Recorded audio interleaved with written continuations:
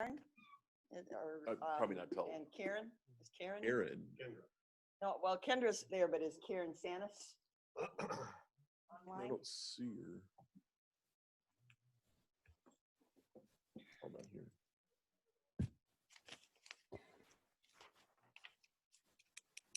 Good evening, Marsha. Good evening. Hi. Greg, Ken. Guys, hear me okay? Yes. Just opened up. You hear us? I can hear you. Good. Okay. I heard Marsha. That's Greg. Had Greg's tapping, pounding, hammering on the microphone. Is Karen Sanis with us? I don't see her. I can't tell from the board the way it is. Kendra.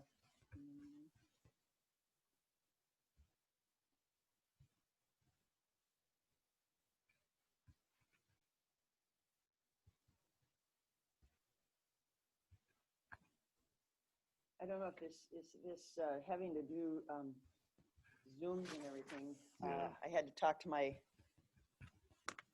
provider, and I've got the highest capability that's in my area to get the squirrels running.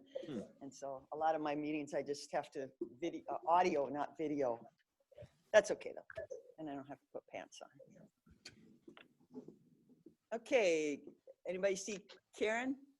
Nope. Public health. Kendra, are you there? Taking meeting minutes? Kendra? Here, right there. She was here. Yeah. Right in the middle. Oh, there you are. Okay. Kendra, are you ready to take meeting minutes? I saw her talking, but I don't hear her. She's smiling. Mhm.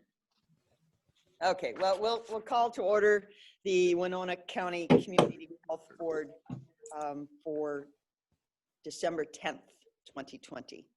Approval of the meeting minutes from back in November 10th. Move approval. Second. Motion made by Commissioner Jacob, seconded by Commissioner Olson to approve the meeting minutes. Any discussion? All those in favor say aye. Aye. Aye. Opposed, nay. Okay, approved. Chairperson's report. Actually, tomorrow, the Shack will have their quarterly meeting, and there'll be a lot of updates and everything. And I trust that Commissioner Kavesi, you'll be able to attend that via Zoom. I personally have a conflict with the MCIT annual meeting at the same time. So Commissioner Kavesi, are you going to be able to attend? Yes, I'll be there. Okay, so you can be our voting delegate. Shackle has, of course, we've all seen the Commissioner of Health, Commissioner Malcolm, at a lot of the governor conference calls and public outreach. She's done a tremendous job. I have seen her age considerably over the last couple, 6-8 months, as anybody in that position with the burden of running the public health system in a big state. She's been doing a tremendous job, and her staff has done a tremendous job. Number of retirements, unfortunately, department-wise. Deb Burns has been a real integral part of public health for many years. She is retiring. And the board chair of the Shack group, that's up in an election. There will be an election tomorrow.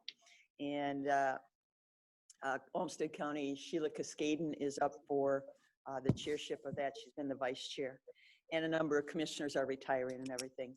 But I'm sure Commissioner Malcolm will join, and she'll have some updates about the state of the COVID-19 and the vaccines and all that public health type of information. Locally, I think we're all getting copied on Ben Klinger's information and Mr. Peterson's updates. We get those, so it's just everything that's going on with the COVID are covered in there. Other than that, I guess, just everybody, it is the regular cold and flu season, so everybody just take care of themselves. And we'll wait and see how this vaccine and everything plays out, and we get back to somewhat of a normal operation. Moving into consent business. 4.1 is approved professional services agreement with Live Well Winona and statewide health improvement partnership coordination. 4.2 is approved purchase of digital poster for child and teen checkup outreach advertising. And 4.3 is approved Minnesota Department of Human Services county grant contract for early and periodic screening, diagnosis and treatment, administration services to medical assisted eligible children birth through 20 years of age. Does anybody have any questions? I had a couple, but is Karen there is there anybody there to answer? Yes, I'm here. I'm sorry. Oh. I got watching a news story and I'm like, oh my God. So I apologize, Madam Chair. That's okay. That's okay. Yeah. Does anybody else have any questions first? Okay, then I had a couple of questions. The professional service 4.1, between LiveWell, the professional service agreement, LiveWell, Winona, and statewide health coordinator. I know we're looking to hire somebody, and you've been in the process, but we haven't found somebody. But now the two people, Deb and Andrea, want to be consultants. Is that for the whole year, or is that just a set number of maximum to be spent, or is it until somebody is hired? I mean, a consultant role can Right. because things. Yeah, we want a smooth transition. So we really want to have them on as consultants to make sure that we have that warm handoff so the program can sustain. That is why we're asking for those consultants to have them as consultants, to be able to do to assure that warm handoff. It is my thoughts that we just did it for a year just to ensure that we had something in place. If I'm not against shortening that to 6 months, or we can put it on for a future agenda to discuss to see when we should end it. We just wanted to make sure that we had adequate time for the new ship coordinator to be hired, and for them to be able to consult with Deb and Andrea to be able to provide that continuous program. Okay, so it's a little bit open-ended, but we're going to discuss it in the future. Is that okay? It's okay with me, yes. If that's all right with you, we can do that. Yes. I understand that then. And then 4.2, I had a question. Anybody else have any question? 4.2 had a question on the digital poster. I saw some email were we infringing on some copyright laws or rules, or I saw something that was very complicated about reproducing certain things. Did that all get squared away? It's my understanding that, yes, that did get squared away, that this is something that is through the Minnesota Child and Teen Checkup Program, and that was brought through the legal team up at MDH to be able to copyright that and reproduce that. But I can double check on that. It is my understanding that has been. Okay, all right. Well, I know copyright law. We don't want to get into No, copyright law. we don't. No. Okay. All right. Anybody else have any other questions? If not, motion on the consent business? Move to approve the consent business. Second. Okay, we have a motion by Commissioner Jacob, seconded by Commissioner Olson to approve the consent business. Any further discussion? All those in favor say aye. Aye. Aye. Okay, it passes. General business, is there anything, Karen, that you need to or update us on in a general business concept? General business, we are still working on COVID. We are in the mass planning stages of COVID vaccination and getting it out to the community and doing our prioritizations. Healthcare workers, EMS, first responders, law enforcement, teachers are going to be in that first group to get vaccinated. So we continue to work on that. We're still waiting to hear about numbers. We get more and more information every day. I'm in communication as much as possible with Administrator Fritz about how we're going to roll that out and if funding is needed. They're stating at the federal level that this is a free vaccine for anyone, and that even the administration and rollout will be covered. So we continue to watch for that, and we don't have answers quite yet, but we are really working on that. So yeah, it's all the state or the national guidelines? yes. Okay. It's just just a true tragedy. We had the highest number of deaths in the United States yesterday. Over 3,000 individuals lost their life to COVID, and that's more than we lost in the 9/11 attacks. So it is just, it's really starting to affect people. Okay. All right. Well, keep working hard. Thank you. I appreciate what you're I doing am, don't worry about and it. what your staff is doing. Yeah, they're doing All right. amazing. Any other business to be brought before the Community Health Board at this time? Okay, seeing none. Entertain a motion to adjourn. Meyer will move to adjourn. Okay, Commissioner Meyer moves, seconded by Commissioner Olson to adjourn. Any discussion? All those in favor say aye. Aye. Aye. We're adjourned. Thank you. We got a couple minutes before the next meeting. Thank you.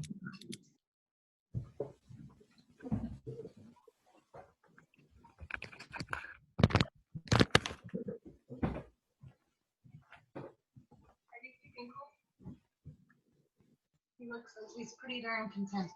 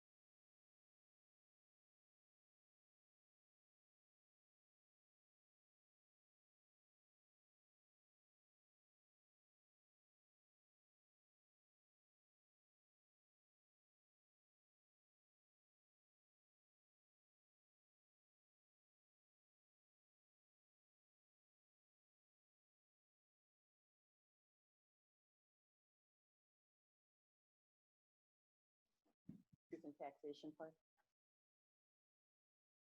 I don't know, surprisingly, I didn't get too many calls this year on the tax statements. I was happy with mine. I have a question about mine. How much is it per acre that I'm paying on? But then my Houston County went up more per, the value. 7 o'clock. Okay, it being 7 o'clock, we will call to order the Winona County Board. Please join me in the Pledge of Allegiance. I pledge allegiance to the flag of the United States of America and to the republic for which it stands, one nation, under God, indivisible, with liberty and justice for all.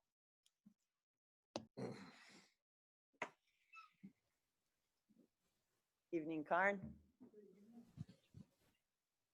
All right, we start our meetings out with the public comment. Each speaker has 2 minutes to address the Winona County Board about any issue that they would like to.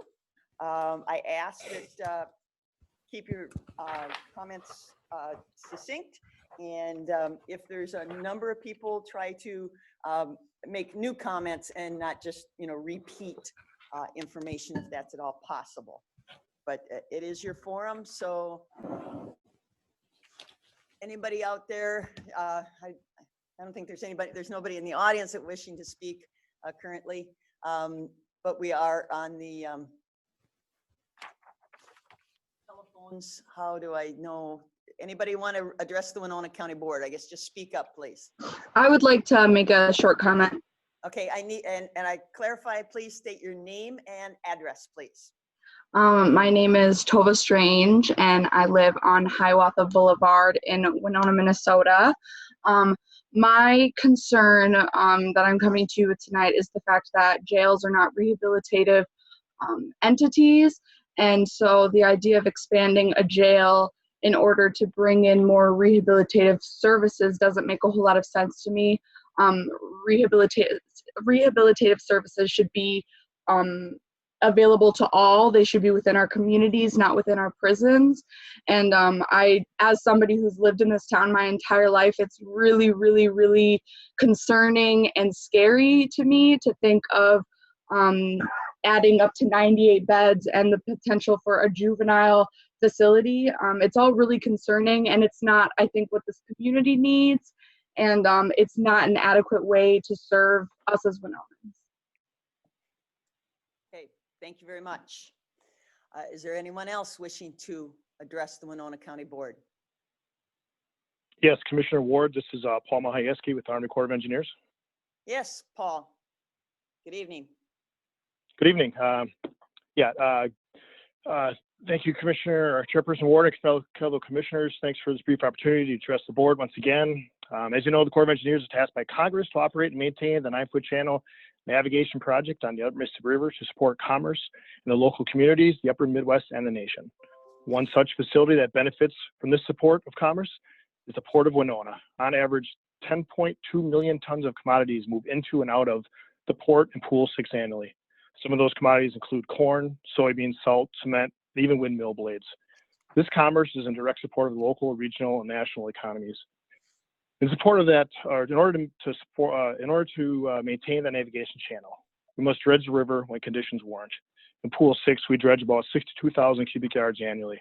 Finding a permanent home for all the material can be challenging, but since 1981, we have managed 1.3 million cubic yards of material in the community, all of which has been used for beneficial use purposes.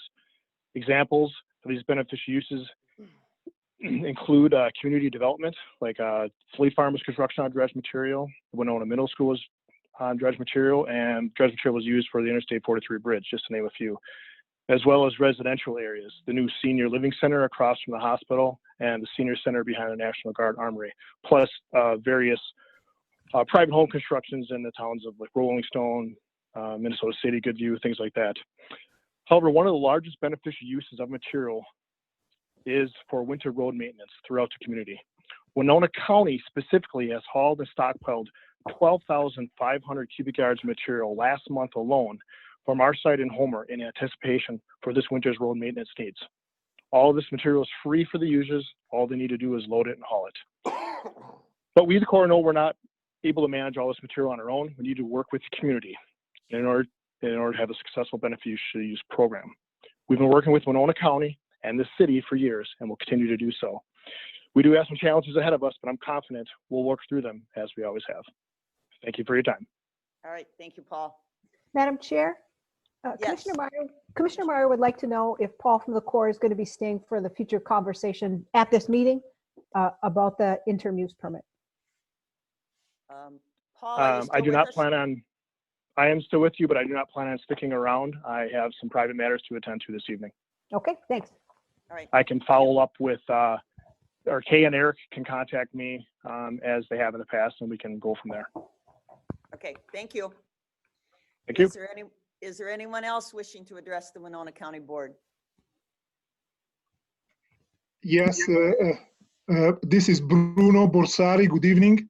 I Yes. live at 260 Liberty Street here in Winona, and I'm here to say that I disagree with the expansion of the plan for expanding the Winona jail. I think under these circumstances, our resources should be better invested in education, social justice, mental services, and similar initiatives. Thank you for your attention.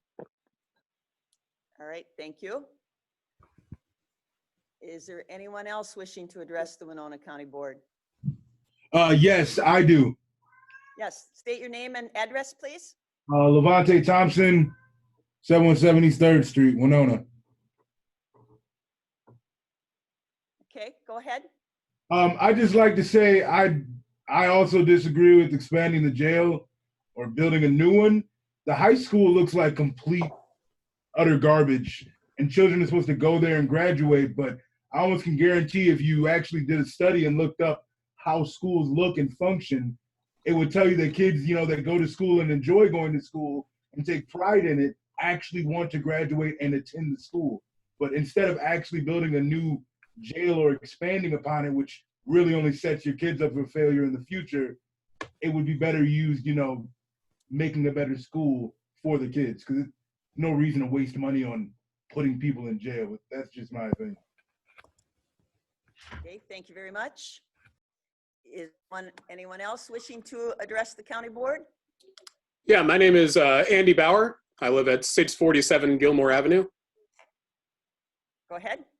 I would also like to disagree with the building of the jail or expanding it. I would like to see us make financial commitments to preventative community resources instead of making them only available through incarceration.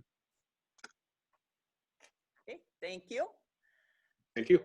Is there anyone else wishing to address the county board? Yes, I would like to address the board, please. My name is Scott Moxtonix. I live at 156 East 6th Street. I've lived in Winona for a little over 2 years now, and I'm happy to call it home.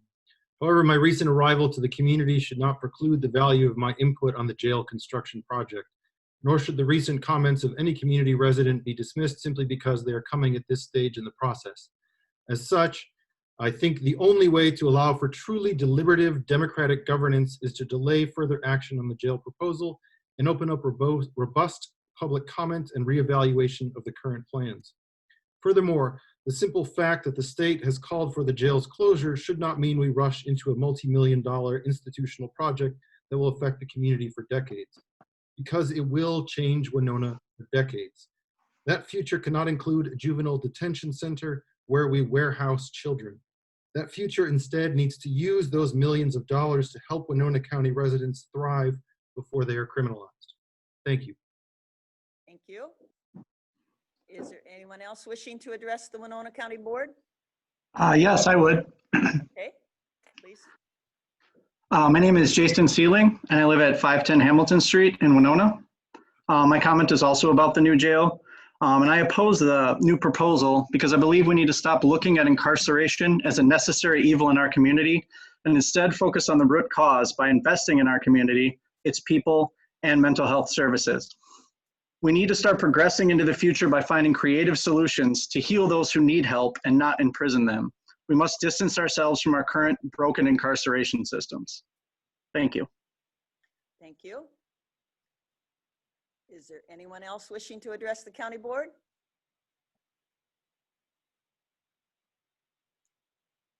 Is there anyone else wishing to address the county board? Yes. This Tyler Treptow Bowman, 719 Grand Street, Winona, Minnesota. I would also like to speak in opposition to the proposed jail plan and speak in support of community resources instead. I don't believe we need an expansion, and I don't believe that this should move forward without significant community input and engaging in the community more. So thank you. Thank you. Is there anyone else wishing to address the county board? This is Mary Jo Klinker. I'd like to speak. Yes, I'm Mary Jo Klinker. I live at 156 East 6th. I would like to begin by thanking each of the commissioners this evening for taking time over the last several weeks to meet with me. I remain unconvinced by the narrative that jails can be a justice center. Does this sound like justice? Quote, conducting an economic and social assessment of the community organization and structure can sometimes help determine where jail populations are likely to come from in the future. Some affluent neighborhoods are likely to add residents from their community to the jail, while neighborhoods or communities with high poverty and unemployment rates are likely to add numbers to the jail. End quote. These are the structural inequalities that the JAC 2019 document is steeped in. I would not call this justice. Over the last several meetings, I've heard a lot about diversion programs. However, true diversion would be an investment in our community. It would be a rejection to punitive responses to harm and abuse, and it would include actively seeking to create a community that transforms the conditions that cause violence. I ask you, please, to afford us further time and public hearing to collectively envision a community of transformation beyond bars. Thank you. Thank you. Is there anyone else wishing to address the county board? Hi, I would. Hello. Yes. state Hi, name my and name is address. Marella Cunningham, and I live at 387 Dresser Drive in Winona. And I just wanted to share that I am against building the new jail. I would repeat many of the things that have been said here, but you already have those. I would ask that you rather invest in social services and mental health programming for our community members. Thank you very much. Thank you. Is there anyone else wishing to address the Winona County Board? My name is Claire Richards. I live on West Lake Boulevard. I would like to echo what Mary Jo said. Thank you very much, each and every one of you, county board members, for meeting with us. To speak to what has been done by the community board and the CJCC to potentially put in restorative programs, the CARE program, the 2016 grant are all programs looking specifically at what we do when people are incarcerated. Every single person on this call has access to the demographics that tell us that the current system is steeped in inequality. We understand who is getting jailed at higher rates. We know these numbers. We ask that you continue to be curious about different ways of investing in public resources before people become incarcerated, and divest from programs that are not sustainable. There is national trends to move towards restorative justice and away from incarcerating people, specifically people who fit demographics that make them more likely to become incarcerated in the first place. Thank you so much for your time. And again, thank you so much for meeting with us individually. Thank you very much. Is there anyone else wishing to address the Winona County Board?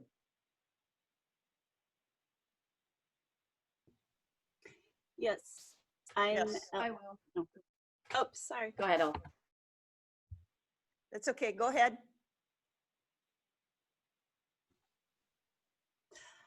I'm Elle Niman. I live at 22305 East Burns Valley Road, and I just want to go on public as opposing. I just want to go on record as opposing the larger jail. And I'm asking for the process just to be slowed down so we can have a public hearing regarding the size of the jail. And after reading through the needs assessment, it's clear that there's a lot of time and energy and finances that have been devoted to envisioning what it would be like to build this jail. And we need that same kind of energy devoted towards our community, devoted towards mental health, help for people that are going through detox, and of course, homelessness. Thank you for your time. Thank you. I think there was somebody else that was wanting to speak. Please go ahead. Right. My name is Bonnie Hammock. I live at 805 East 2nd Street. I also do not support the large jail being proposed. Within the plan, there's a plan to make room for specialty beds for those with mental health issues and those in need of detox. I think that plan speaks exactly to the problem of treating public health issues through a carceral lens. I think that our efforts are better spent and funding is better spent on creating systems of care in our community, not creating a new large jail. Thank you. Is there anyone else wishing to address the Winona County Board? My name is Julie Chasson. I live at Liberty Street here in Winona, and I want to say that as a healthcare provider worker, I see so many people with mental health issues that need to be addressed, and the jail is not the way to address that. We need more services in the community. Right now, the waiting list to get onto a mental health provider can be 6 months to a year, and that would be a better place to start spending our money. So I just believe the big jail is not the way to go. Thank you. Thank you. Is there anyone else wishing to address the county board? We've exceeded our 10 minutes, but we are open to the public. Is there anyone else? Yes, my name is Catherine, and I live at 150 Pleasant Hill Drive. I am opposed to the larger jail. I would like to see more services offered for affordable housing, more treatment facilities for women in terms of transitional housing. Thank you. All right, thank you. Last call for anybody that wants to comment to the Winona County Board. All right, thank you very much for the comments. I will say, with the majority of people having the discussion about the jail, Karen Sonneman and some of our others are holding it's a virtual meeting Monday, December 14th. It's a public forum. Public forum. It's all virtual. The link to it is on the county's website and also the county's Facebook page. But December 14th at 7 p.m., it'll be about an hour and a half. There'll be a panel presentation by several of folks, and then time for questions. And there's some data sheets out on the website. There's also a talking points, a 4-page talking points that we've put together. It's on the webpage. If you go down to where it describes the event, there's also a link to that talking points. So just click on that and you'll get the talking points. So. All right, so people can look forward. And what time do you say it starts? 7 p.m. Monday the 14th. It's Zoom or virtual? It's all virtual. Yeah. All virtual. All right, thank you. I'm going to take 2 minutes. I need to speak out. I learned long ago in my political career early on, if I say nothing, I agree with what is happening. I don't want to do this, but I must. As a taxpayer, local elected official, and board chair, I must speak out about the recent article written in the Winona Post by Chris Rogers. Public trust. It is the basis of all our county commissioner work. Has the public trust been violated? Has a majority of the Winona County Board colluded to stack volunteer advisory committees? Has the process been manipulated to advance the agenda of a special interest group? The perception of wrongdoing by members is problematic. To start with, how do we go about reestablishing trust? One, I would like to go back to the process of selecting board chair by rotation, as was voted on and adopted in January 6, 2015. We are supposed to be all equals. Take the politics out of it and let us all be equals at representing the county through the county board chairship. 2, citizen volunteer committees' responsibilities are to make recommendations after considering all points of view. They should not be advocates for any particular point of view or any special interest groups, which if they belong to, they may have an allegiance to through membership. 3, all citizens that apply for these committees, and which we will discuss later in our agenda, should receive a fair and equitable consideration through selection process, not political. Maybe this was recommended to me by a constituent. Maybe we should put all qualified applicants in a hat and draw them out. If they applied, if they meet the standards, take the politics out of it. All citizens that apply for a variance or a conditional use permit should be confident that they will be treated, again, fair and equitable through our processes. And I think our processes and the article alludes to problems in that area. By legal advice, 3 of my colleagues are not answering questions in regards to these allegations. That's totally understandable. Our county attorney has the duty to represent the full board and the county.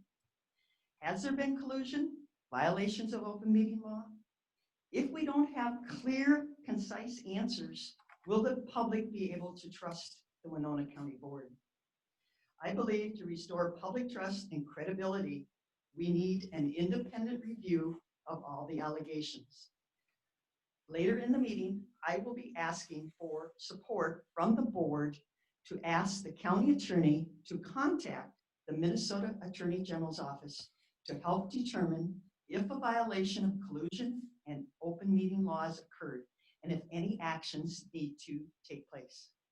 I will continue to work hard for Winona County, and I think all of us will. I think we misstepped. I think we need to correct that misstep. Thank you very much.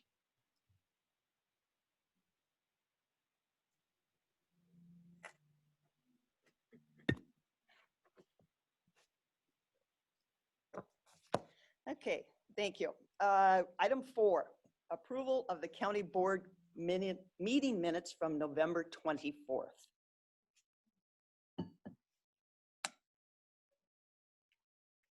I have a motion.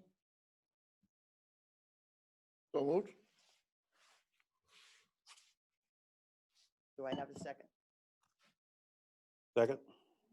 We have a motion by Commissioner Olson, second by Commissioner Jacob to approve the meeting minutes from November 24th. All those in favor say aye. Aye. Aye. Aye. Commissioner Kavesi, I didn't hear. Is she still with us? I believe she's muted. Commissioner Kavesi. Aye. Sorry, I was muted. Okay, all right, thank you. Motion carries. Let's see, we have no receipt of approved committee meeting minutes. So item 6, consent comments and approval of the agenda. Mr. Fritz? I have no changes to the agenda. Okay, Commissioner Meyer?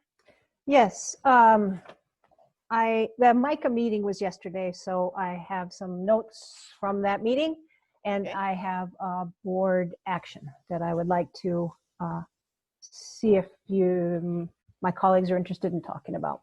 Okay, MICA report and board action. All right. Commissioner Kavesi?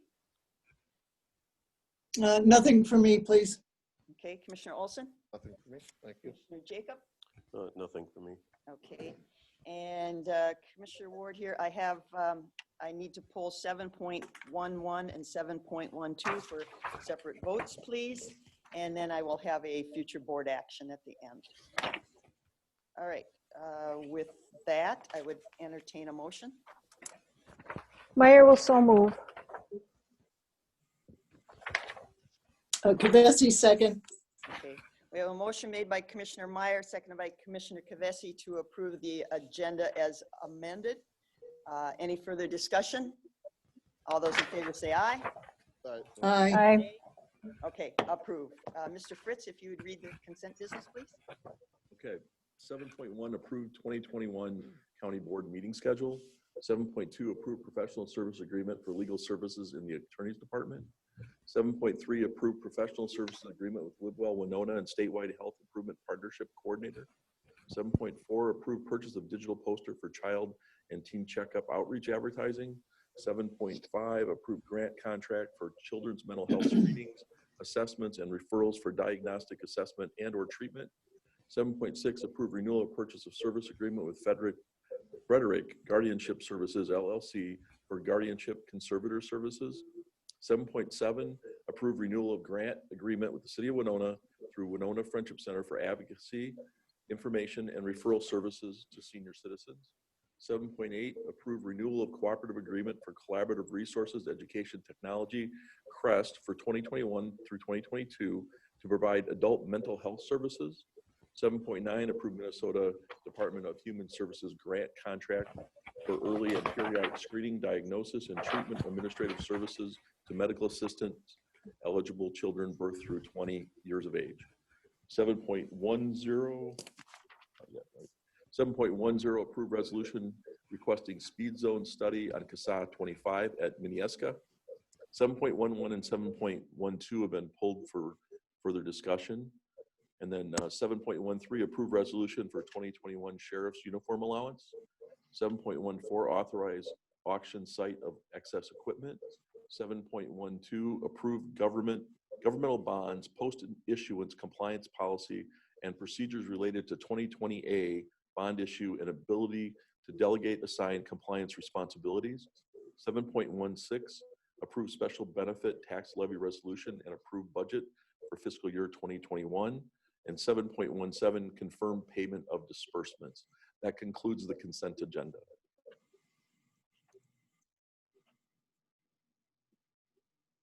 Move to approve the consent agenda as read. Second. We have a motion by Commissioner Jacob, seconded by Commissioner Olson to approve the consent agenda as read. We'll do it's a lengthy list, so I'm just going to do a roll call vote. Commissioner Meyer? Meyer votes aye. Kavesi? Commissioner Kavesi votes aye. Commissioner Olson? Olson, aye. Commissioner Jacob? Jacob, aye. And Ward votes aye. Okay, thank you. They're approved. So moving into general business, 7.11.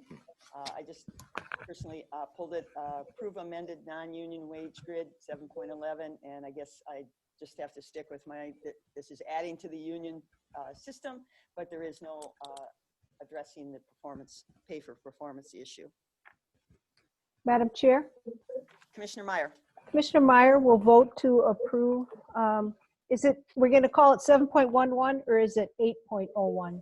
Oh, technically, I suppose it needs to be 8.01. Thank All you. right, so I move that we go ahead and approve the amended non-union wage grid 2021. Second. We have a motion by Commissioner Meyer, seconded by Commissioner Olson to approve the amended non-union wage grid 2021. Again, a roll call vote. Commissioner Meyer? Meyer votes aye. Commissioner Kavesi? Kavesi votes aye. Commissioner Olson? Olson, aye. Commissioner Jacob? Jacob, aye. And Ward votes nay. All right, thank you. It passes. What was 7.12, which becomes 8.02, is approve the 2020 Department Head Association Agreement Amendment. And that is putting a building superintendent into our wage grid. And again, it just has no reference to any pay for performance issues. Madam Chair, Commissioner Meyer. Commissioner Meyer will vote to approve 8.02, approve the 2020 Department Head Association Agreement Amendment. Okay. Second by Commissioner Kavesi. Okay. Motion was approved by Commissioner Meyer, seconded by Commissioner Kavesi to approve the 2020 Department Head Association Agreement Amendment. Again, a roll call vote. Commissioner Meyer?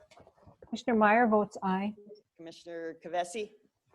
Kavesi votes aye. Commissioner Olson? Olson, aye. Commissioner Jacob? Jacob, aye. And Ward nay. All right, thank you.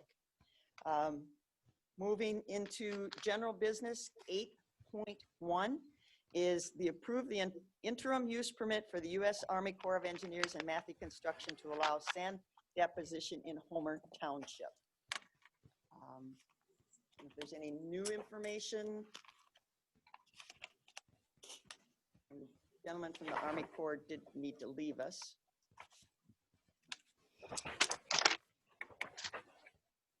Madam Chair, Yes, Commissioner Kavesi. I had some questions on, there was talk in earlier discussion on this item about a turn lane on Highway 61.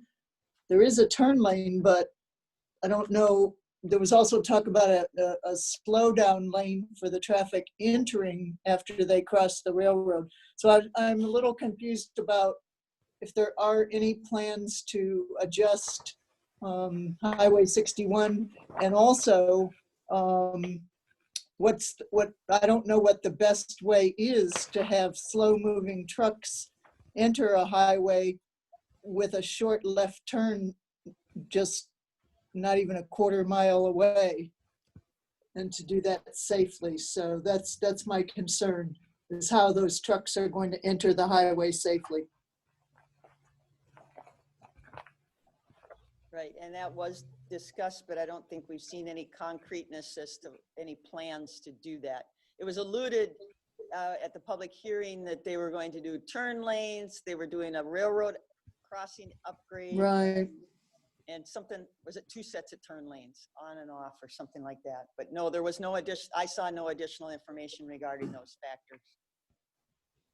Madam Chair, this is Kate Qualley. Yes. We, as the county board public hearing on this IUP petition, also that night had a presentation from regional MnDOT for their plans for the next several years, which did not include this item. Right. So without, and I think behind the scenes, a county funded or an independently funded or Army Corps funded, whatever it might be, turn lane approach, you know, I don't see that in their plans. So I don't think we should presume that they're moving forward with them in any way, as funding sources have not been identified. Thank you, Ms. Qualley. Madam Chair? Yes, Commissioner Meyer. Yeah, thanks. I didn't want to jump off of that topic if we weren't done with it, but Sure.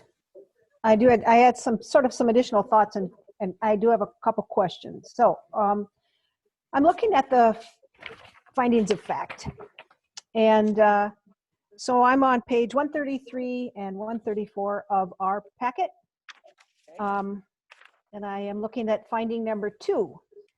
The use will be sufficiently compatible or separated by distance or screening from the adjacent land, so existing properties won't be depreciated in value, etc. And the response to that appears to apply to the properties by the current sand pile, and not necessarily to the properties along County Road 15. And those are, in fact, the residents that have really reached out to us the most with concerns about sand trucks coming up County Road 15. And I would say the same comment for finding of fact number 7, which is on page 134. So I think that I think, Kate, Ms. Qualley, could you tell us, is it incorrect of me to think that those conditions ought to apply to the residents along County Road 15 as well as those that are located by the sand pile? Thank you, Commissioner Meyer. I believe that because the roads are public roadways that have road authorities that permit vehicles, similarly laden vehicles, to traverse them, and that the sand is not being deposited there, that they are temporarily passing through the space with sand trucks, not creating visual or, I guess, other kinds of land use issues, which this is a land use application and permit. So on the deposition end, because the Milestone Materials Matthew Quarry has been in existence as a quarry, even though it's in its waning phase, perhaps. The neighbors in that area have been used to it functioning as a quarry, and so I think that's perhaps why more emphasis was given to the origination end of the material rather than the deposition end. Thank you. Do you think that it would be incorrect of me to think that those folks who are on County Road 15, given the volume during the periods when it might happen, are correct in having a concern about their property values? Commissioner Meyer, I of course am not an assessor. I can't speak to property values, Sure. and I'm sure as to whether the number of trucks of certain other kinds of industries at different times of the year, including fall harvest, are impactful during certain times. And so I probably shouldn't venture any further than that. Okay. Because the concerns are going to exist no matter where the sand goes, because the sand needs to go someplace and no one wants the sand to go either past them or to them or near them. Sure. So that's one of the problems, of course, we're all wrestling with. Thank you. Thanks. And I'm wondering if we heard from our county highway engineer. I didn't see it noted on here. Did Dave Kramer not have any concerns about this damaging County Road 15? Commissioner Meyer, to answer that question specifically, Highway Engineer Dave Kramer did address with comments during for the Planning Commission meeting. Yeah. And those comments were part of the PowerPoint slides from the county board meeting, which admittedly is a while ago now. So the rating for the road is appropriate for the trucks that are laden with sand or in fact any other materials of similar weight in similar trucks. Okay. The one thing that our county engineer did state was that he did not want staging on the Old Homer Road part of the county roads and adjacent to more or less a frontage road to 61. Okay, although that was not made a condition. That if it, and I apologize, I don't have that condition right in front of me if it was or wasn't, but that was highly recommended. It is on there. I see that. Good. All right, then Condition 6. Great. Okay, so they definitely did not feel that road was rated for that level of truck fully filled. Okay, so the new information tonight, a big part of it is that the Corps of Engineers sent a letter to Commissioner Ward in which they basically said, we only filed for this interim use permit as a courtesy and we don't really believe that the law applies to us. Assistant County Attorney Nuttall has looked at the contract between the Corps and the quarry and indicates to us that yes, in fact, this interim use permit is required by statute. Am I right in having concerns that if we, regardless of whether we put conditions on this sand hauling or if we were to deny this permit, that the Corps could potentially go ahead in anyway, and then what happens after that? I can take this one if that's all right. I think the crux of this is that we can't really control the Army Corps hauling the sand off of their parcel. They can do what they wish to. What we do have the authority over is the depositing of that sand on the Matthew site. So they can deposit it somewhere else without having to go through this process. It's only the aspect of depositing it on the Matthew property that makes it subject to our zoning ordinance and our controls. Because of that, wouldn't that be any property within Winona County zoning ordinance? Within, yes, any property that falls under our ordinance would be this. But I know there were some other sites that were discussed that would not be within our control. Right. So it's, we don't have control over them moving it. We have control over if they deposit it to the extent that they're talking about. So if it was under 1,000 cubic yards, we'd be talking about something different. It wouldn't be subject to an interim use permit or conditional use permit at that point either. So as long as they're subject to our ordinance where it's being deposited, we do have the ability to put some conditions on there, but we do need to keep in mind also that the land use that's being requested is to be able to deposit materials on a particular property, and all of our conditions do need to be related to the depositing of those materials at a particular location. So, Madam Chair. I got Commissioner Jacob up next, but finish, Commissioner Meyer. Oh, well, so just to follow up on Assistant Attorney Nuttall's comments, we have a bunch of conditions on there that are all about the hauling and not about the depositing. And so are we safe that was the big concern of all those residents. So we're talking about hours for allowing hauling, et cetera. So is it your feeling that that is not, that we can't regulate those, or it would be unwise for us to have those conditions?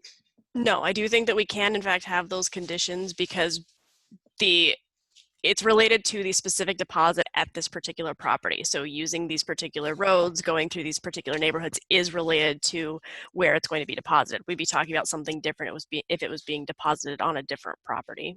Okay, thanks. Thank you, Madam Chair.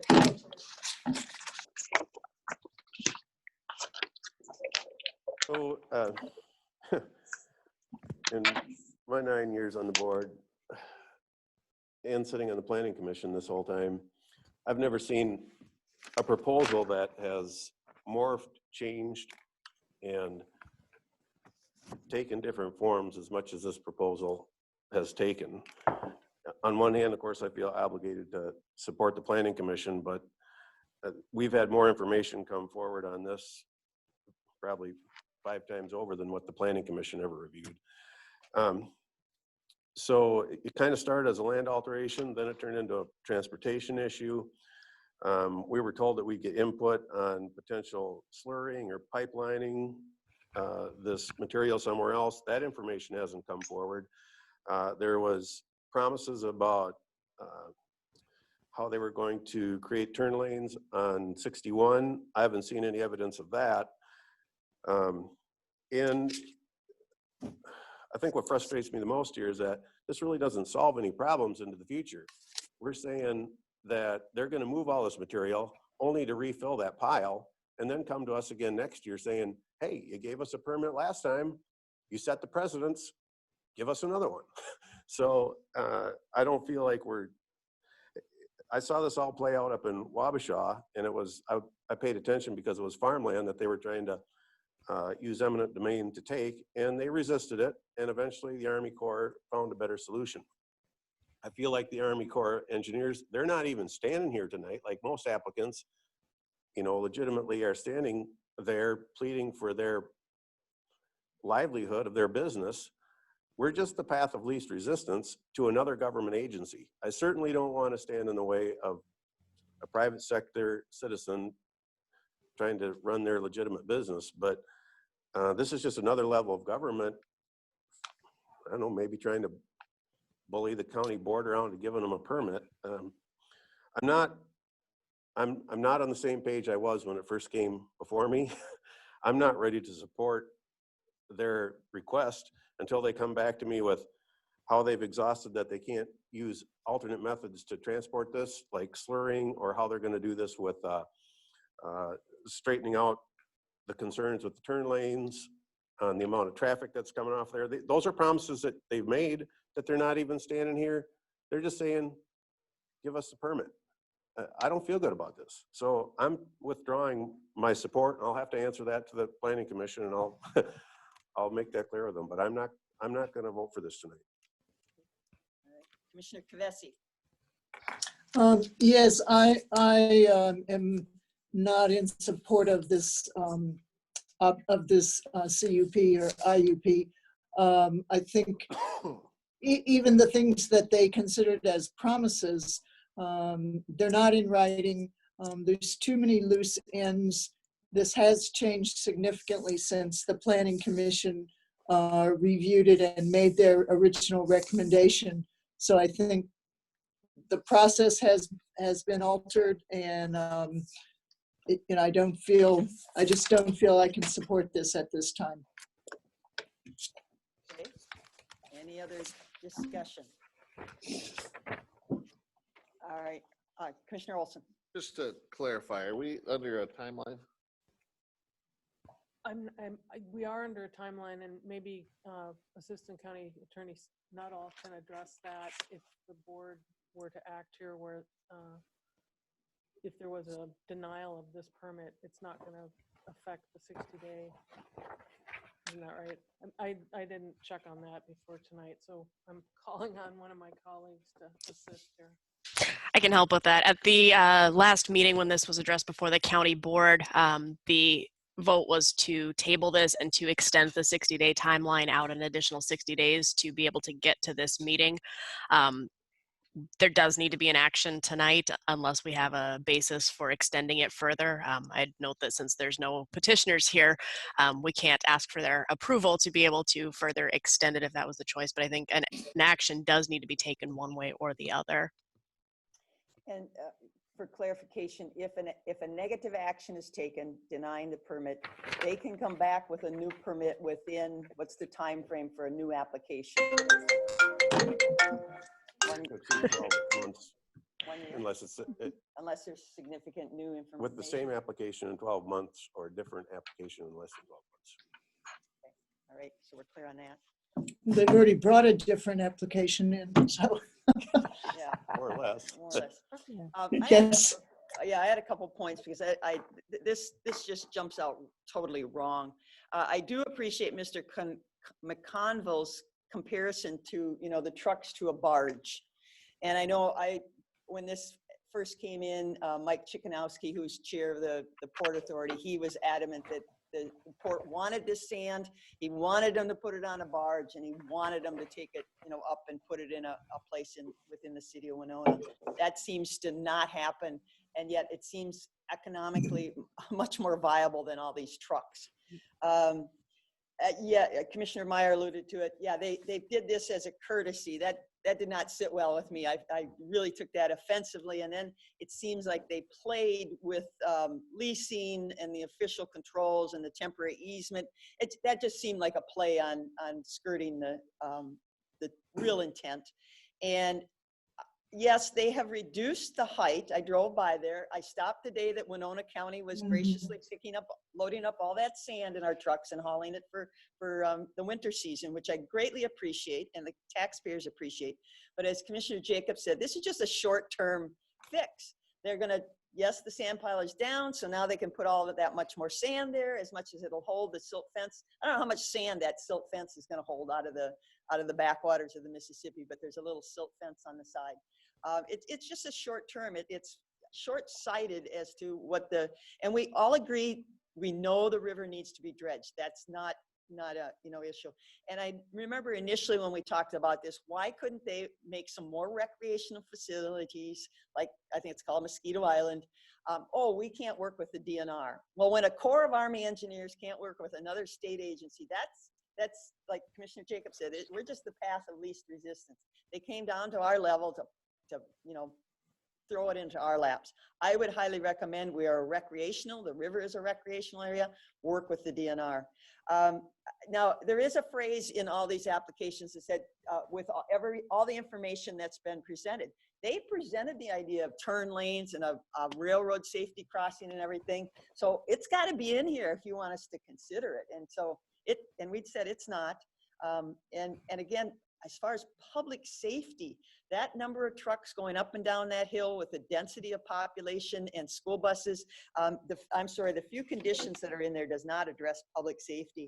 And then the last question then, okay, so this is a land use, so you're gonna take this sand and haul it up to the Yedke, they want to, haul it up to the Yedke Quarry. Well, they need a permit when they start taking it out of the Yedke Quarry and any masses, like they say, it will leave. So will we be dealing with another set of permits to take it out of the quarry and haul it someplace else? This just keeps going. Could I have a chance at that one? I will allow you a chance at that one. Okay. Make it a good one. You only get a couple chances. Yes, ma'am. I did call and talk to Milestone Materials about that very topic because it had come up at the last board meeting, and in order to do our due diligence on it.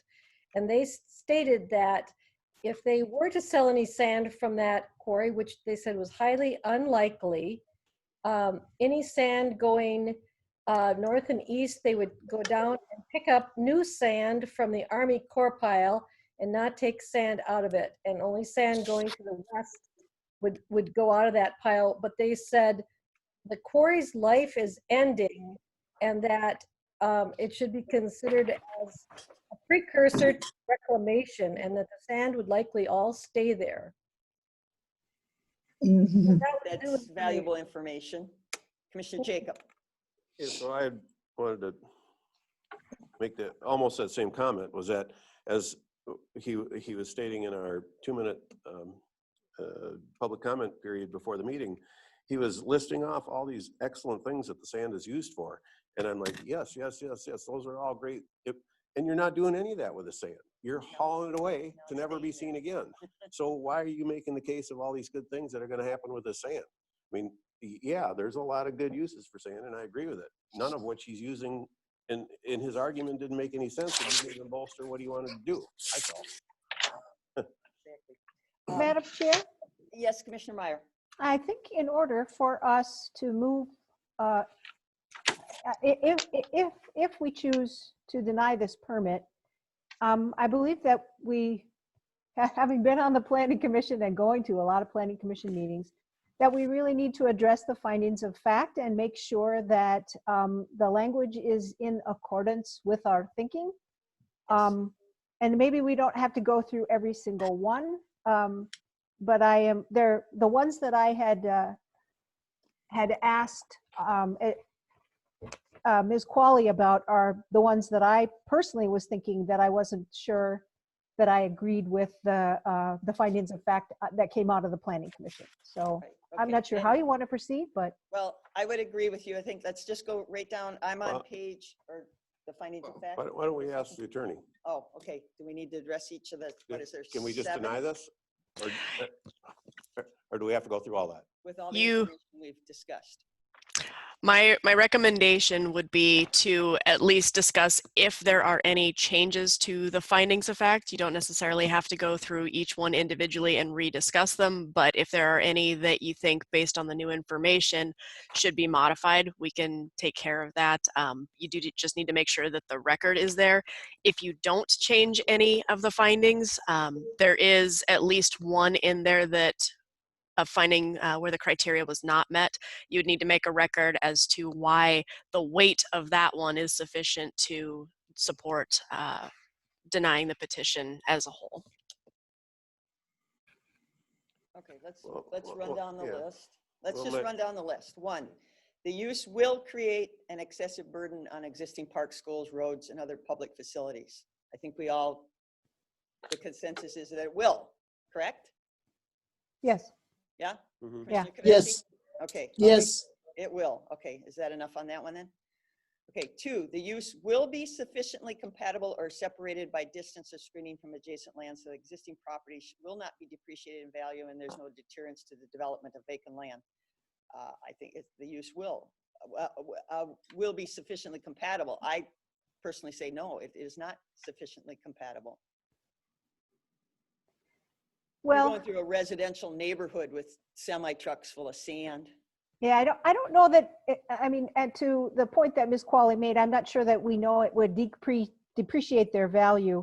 However, when we get to the next condition, then I think I do disagree that it would have an adverse effect on the adjacent residential properties. Yeah. Yeah. Number 2, I think it does. Excuse me. Go ahead. Madam Chair. Yeah, Commissioner Kvesi. Number 2 says the use will not change the essential character of the area. I think it will change the essential character by the traffic on 61, whether it's safe or not, and then the volume of traffic along County Road 15. So I would change number 2 to will change the essential character of the area. Madam Chair, I believe that Commissioner Kvesi is looking at number 2 under the 5.5.4.5 criteria. I think that the original discussion was the 5.5.4.1 criteria. There's 2 sets of criteria because it fell under 2 separate areas that need to be addressed. Okay, I'm looking the at page before that. Excuse me. I'm looking at the wrong page. I had to back up one. On the 5.5.4.1 is the use will, it says the use will be sufficiently compatible or separated by distance or screening from adjacent land so that existing properties will not be depreciated in value and there will be no deterrence to the development of vacant land. Well, we saw no landscaping plan or anything. I know that's commonly asked for. Yeah, it's an old, are we talking about the old quarry? Or are we talking about down along the river?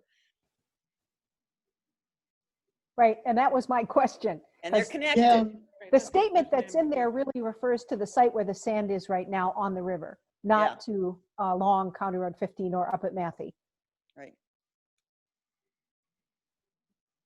Okay, so do we want to say the use will not sufficiently compatible? Is that what our thinking is? I think it will be. I think this one Oh. is all right. Okay, well, I- okay, let's leave that one. Yeah. I think we have to, Simon, did you yeah. have something? Did It you? was just, it is rather ambiguous as to, because there's a discussion in that paragraph about the transportation activity. Yep. And and then it Yes. talks about the pile. So I think if it was focused on the Matthew, on the quarry, it would be sufficiently compatible, but down by the river. But then that gets into the fact that the Corps can do whatever it wants on its own property. Right. I guess, Right. you know, I always struggle with absolutes. It says there will be no deterrence to development of vacant land. I don't know that there will be no, I mean, I don't think, it's not an issue to me, But it is but an absolute. it's absolutely that there be no, that I always have a hard time agreeing with it anytime you put an absolute in. All right, we'll reserve that to go back to. Number 3, the structure and site will have an appearance that will not have an adverse effect upon adjacent residential properties. Well, there again, we're mixing where it's going and where it currently is, because they talk about the tall sand piles visible. Well, that's down along the river. Right. So I would say that I think it will have an adverse effect upon the properties on County Road 15. I would agree. I agree. Yep. Yeah. Okay. And I suppose that since we didn't get plans for the extra turn lane and sort of the other stuff, that potentially as well, there could be an adverse effect down at the sand pile. Right. Yes, a safety effect. All right. Moving on then, item 4, the use is reasonably related to the overall needs of the county and to existing land use. Well, with Matthew saying it's a closed quarry and this is reclamation, we didn't see a reclamation plan, folks. And again, I don't know that they agreed to that at a public hearing, that we would be able to hold them to that. I don't think we ever received anything.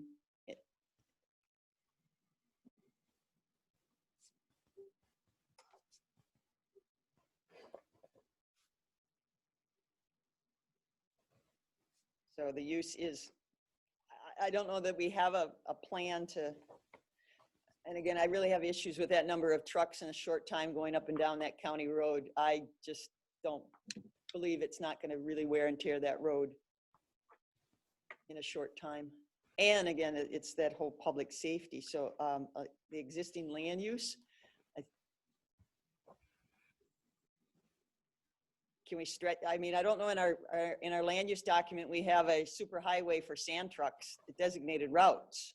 And they're trying to take in my opinion, a nice rural residential, community and turn it into a super highway for 2 to 3 weeks or a couple months. I don't think that's a plan. I guess I feel like probably we don't have the answer to it because we've already asked the question through the frac sand suit. And if we can deny someone the ability to move frac sand, we can say the same thing on this sand. And if the court says one way or the other, then I guess then we'll know. Until then, we just follow in suit with what we've done before. Well, I think if number 4 there, again, to me, it's, as Chair Ward, you've been talking, is it the sand pile or is it the quarry site? And so it's really, there's an ambiguity about what's being focused on here in number 4.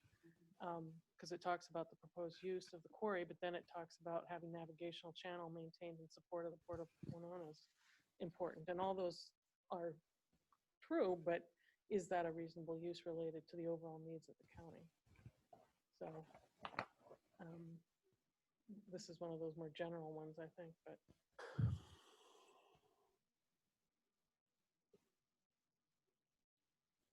Well, as Commissioner Jacobs says, the county has spoken about sand, and we didn't want sand moved.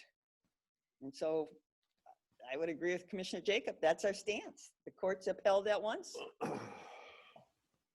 Would the courts uphold it again? It's a different situation, but I mean. It's still sand and it's still the same sand. sand. I think the issue here is, I mean, it's kind of complicated because we have a federal agency, the Corps of Engineers, that has quite a bit of, how should we say, license to do what they want, but they have contracted with Yedke Quarry, which then creates this issue of the need for the IUP to do anything once they get the sand up there. And then you've got the complication and the legitimate concerns of the residents of County Road 15. And especially if the quarry is being, if it's in its last years, it's not going to be used anymore. And as Ms. Qualley said, they're looking at shutting down or not removing what's going up there. I think it would be better resolved by asking the Corps to look at this again, kind of like what happened in Wabasha County, where, you know, an alternative was ultimately reached that avoided the adverse effect on the agricultural land. It would be easier for me to support if once they removed this pile of sand, that the problem was solved, but they've already stated, we're just gonna fill it back up. We're gonna fill that same spot back up probably next year. Right. And then they're probably gonna be here asking for another place. Right. Yeah. So it not a repeats solution. itself. Right.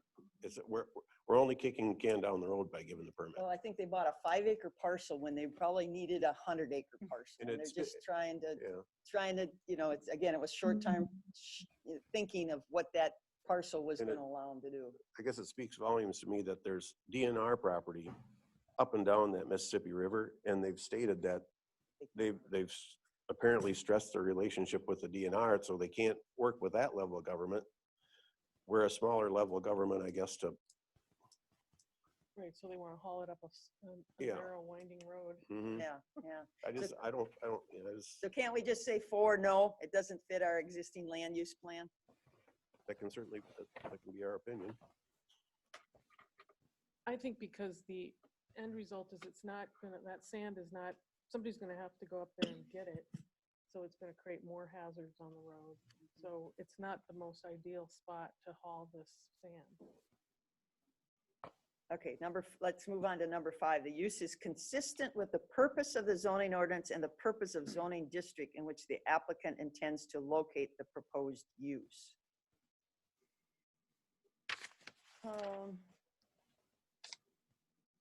Well, in any of our zoning ordinances, I don't know that we've ever closed a quarry, you know, have we had too many reclamation plans to close quarries? We don't have a history of closing quarries, not to my knowledge.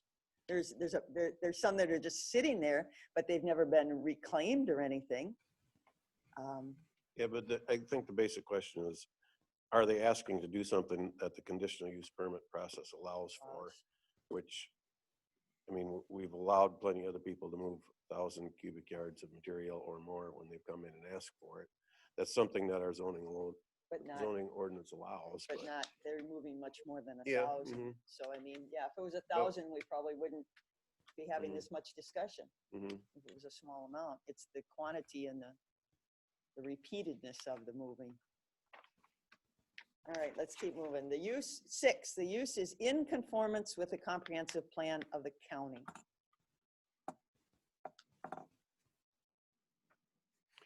I don't remember any place in the comprehensive plan really speaking to, and this is a unique situation. They're bringing sand really not even from the state of Minnesota. The sand is being dredged from the channel, which is half in Wisconsin and half in Minnesota, and they're saying we're going to deposit it all in Minnesota. I don't know that our comprehensive plan really ever anticipated this scope. And that's not necessarily clean sand either. There may be contaminants in that sand. That's true.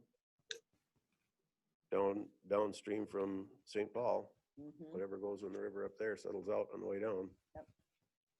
So again, yeah, does it address our comp plan? I question that. 7, let's go to 7. The use will cause traffic hazard and congestion. I think we all agreed to that. Yep. and public safety issues. Can we all agree on that one? I certainly agree. Yes. Yes. So how much more do you need for us to say no? Just say no. I think based on the ones that you have discussed and the changes that you've noted, I think there would be support should you choose to deny the interim use permit. Are the conditions under 5.5.4.5 applicable? They are applicable. Whether you choose to address them and change them is up to you.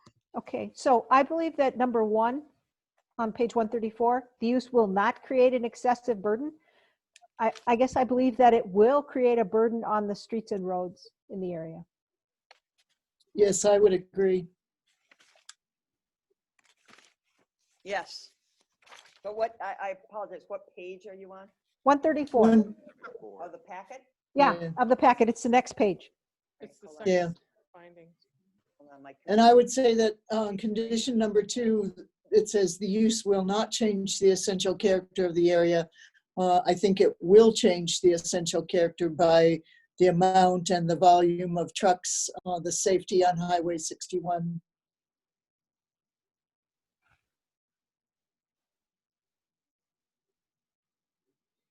Which is a different justification than what is printed here, but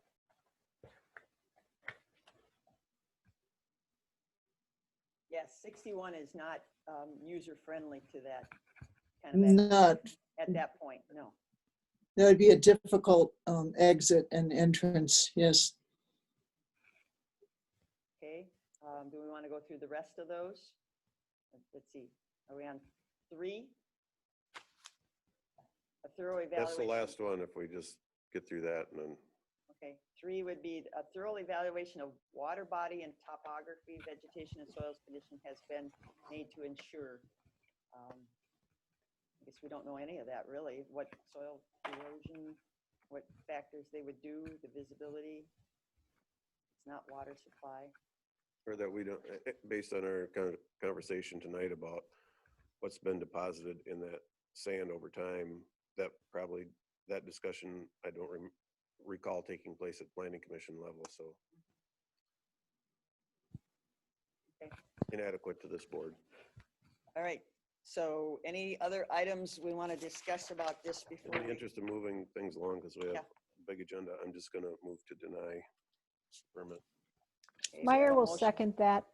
Okay, we have a motion to deny the permit by Commissioner Jacobs, seconded by Commissioner Meyer.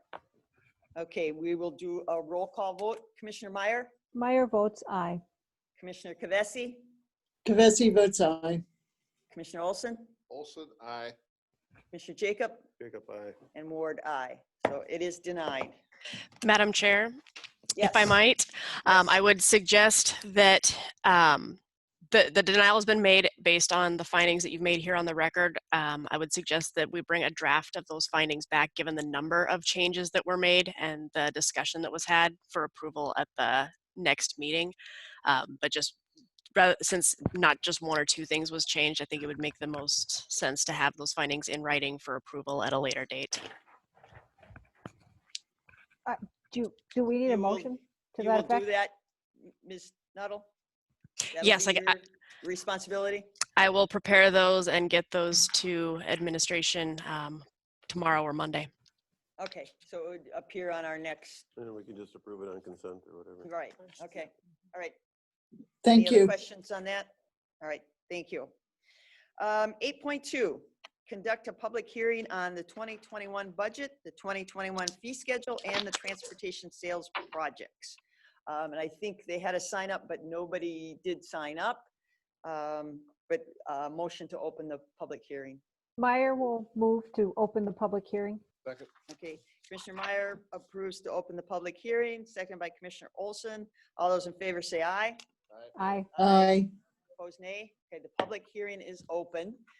Nobody signed up to physically talk. Is there anybody out in the audience in the virtual world that wants to address the public, the 2021 budget, fee schedule, or the transportation sales tax projects? Is there anyone wishing to address us? And for the second time, is there anyone wishing to address us? And the third and final time, is there anyone wishing to address us on any of those budget items? We'll move to close public hearing. We have a motion by Commissioner Jacobs, seconded by Commissioner Olson to close the public hearing. All those in favor say aye. Aye. Aye. Opposed, nay. Okay, the public hearing is closed.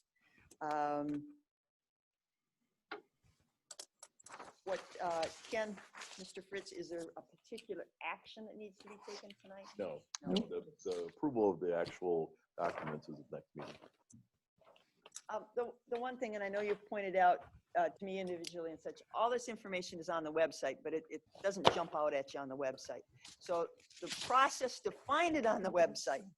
It's 2 clicks, but yeah. But it doesn't jump out at you. You got to know. Do you have to go to departments and then to administration? No, you just go under financial transparency on the homepage. Okay. And it's right there. Okay. So anybody that wants to know the financial transparency page, and then it comes. When you click on that, okay, it's right there. Because I found it by going to administration and then hunt and search and peck and a little bit and stuff. Again, Gotcha. Okay, so if anybody really has any questions, and the financial transparency has a lot of information for those that like to look at numbers and figure it out, I would highly encourage you to use that document. They can also call Pat or I anytime. Okay, or call Ken. He'll answer the phone most any time of the day. Now, business hours, please. Yeah, business hours, please. Business hours, please. Okay, thank you. And I do know with the COVID and the extra workload with figuring all that up, and hopefully, heaven forbid, we don't go through any major audit process with all of that, that there was a lot of work, and maybe it didn't seem like we gave the budget as much of a hard look as, but staff did go through, and actually with a 0% increase, people should feel confident that it was scrutinized and that we are moving forward, but in a very conservative manner. So thank you to staff for working on that. I felt the budget was very refined. A lot of numbers in there and to figure it all out. But the charts are telling, and the history is telling. And I think that's, and shows trends and everything, which I think is important. Okay, thank you. 8.3, discuss and or appoint Citizen Advisory Committee volunteers. On page 321. I have 297. Yeah, that's what I said. Oh, what agenda do I? Oh, is there an amended one? Okay, I apologize. I might have one. Didn't something change? I'm sorry. I have one. Well, I don't know. I didn't bring it to anyone's attention, but some of my stuff said I'd find it on page 570. There was one that came out first that had different numbers. Yeah. Okay, I think I but copied there was only 554 actual pages in the agenda. So if you look at if you look at the one that's online, it's the numbers in the agenda don't match the numbers on what's in our packet. Okay. And I think I printed out the first. Well, it also seemed that the applications for the citizen committees, that they were duplicated. We had a whole set of them in there, and then we had the same whole set twice, so that made for extra I'm only saying pages. this because I think where you're Yeah. something's off kilter. Yeah, something is off. But on a good note, I noticed that the grandfather clock is working. It's ticking in my ear. It should be 297 if you're on your computer. Yes, 297. Okay. All right. So we did receive the applicants, and staff did provide them, but you're right, some of them were, I don't know if all of them were reduplicated, but yes, there were duplications. So this is a little, at this point in the year, next to last meeting, but how does the group want to proceed with this? We just received these, within the last 2 weeks. Is everybody comfortable at Commissioner Jacob? Yeah, so it's nice to have a people appointed so that you know the first meeting that here's who's going to be sitting there. Be ready for that because some of those meetings come within a day or two after our initial county board meeting, or sometimes even before that. But on the other hand, if it's a year where there's an actual change of makeup of the county board, which happens quite frequently, it seems inappropriate for the previous or this board to make the decisions for the board that would actually be seated on January 1st. And since the Planning Commission and Board of Adjustment are both really contingent on who the chair is in that rotation, I mean, perhaps we could work some of this out this year because we know there's not a change on the makeup of the board, but if we were going to have an ongoing policy that we did every year, I don't think this would be the correct policy. I think we would have to wait until the new board is seated to make the appointments. My opinion. We have dealt with that in the past. You're right. You're absolutely correct. Jacob's you're looking at me, Commissioner Well, Jacob. I thought you had something to add to Well, it. I did look at the ordinance. Yes. You know, in preparation for tonight. Yes. Because the ordinance is specific about who appoints, you know, that the county board chair appoints the planning commission members after being fully advised by the rest of the board and the planning director. And then, excuse me, the board appoints the board of adjustment members. Here's the catch-22 on that is, okay, we're discussing it tonight. Is it, we're making the discussion, is it the current board chair or the board chair of the 2021 Well, and that's the part calendar that I year? also looked up, and Ms. Qualley can jump in here too if she wants. She and I did not talk about this ahead of time. So it does say in the ordinance that these appointments, and this is to the Planning Commission, shall be made no later than the last regularly scheduled meeting in January of each year. So January. In January, but it doesn't, you know, that doesn't exclude December. So there's not really, you know, specifics about that. And as far as the Board of Adjustment, I'm trying to see if it says anything about dates on that one. I don't think so, but anyways, there's not really any specifics. So I think what you're saying, Commissioner Jacob, also makes sense from a point of view of even though the board itself, the members of the board are not changing, the election did not change the consistency of the board. Certainly there's the consideration of who's going to be chair and vice chair and everything else. So it's really up to the board to decide what you want to do. How we want to do it. All right. The feelings of the board. Well, this is all going to play into it at some point. Given some of these news articles that have played out, I think before we get to these appointments, I feel like the chair decision needs to be made, the county board chair, and I certainly would support taking the politics out of it and going back to picking up where we left off with the chair rotation and let each district, as it rotates forward, have that opportunity to make these appointments. Madam Chair. Commissioner Meyer. Thanks. I think that this discussion about changing from electing a board chair to going to the rotation is out of order. Our policy is if we want to take a board action, it needs to be brought up under a certain process. It typically takes like 3 meetings till we can discuss it. This would be on the agenda after the first of the year. So if you, Madam Chair, and if Commissioner Jacob want to discuss it, that would be appropriate then, but I don't think it's appropriate now because it wasn't on our agenda. Okay. Well, I will disagree with that because every year we appoint a chair. And it's germane to this county board that we discuss how that chair is going to be appointed. When that is on our agenda. It's part of this agenda, in my opinion. It is not on this agenda, sir. it's germane to making these appointments, and it's done once a year, and we don't need to have a special agenda item asked for something that comes up annually. And it will be, Madam Chair? it will be on the agenda in I think January. it's quite clear that you're trying to influence this again, Commissioner Meyer. Madam See how Chair? that plays out. All right, Commissioner Kavesi? Yes, it is on our agenda at the first meeting in January when we appoint the chair.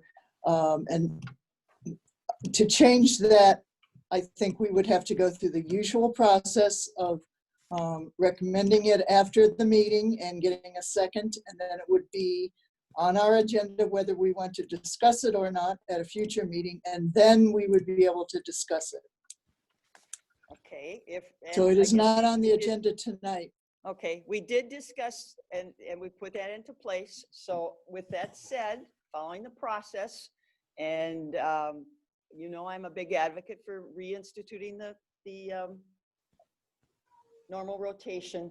So then I feel that we can take no action on item 8.3 tonight then. We'll wait till January. Madam Chair? Commissioner Meyer? So for those committee appointments over which I don't know that we would have disagreements. So for example, Health and Human Services, maybe the EDA or Extension, or maybe the Stockton Rolling Stone Minnesota City Watershed District. It's helpful to our staff to be able to notify committee members in advance.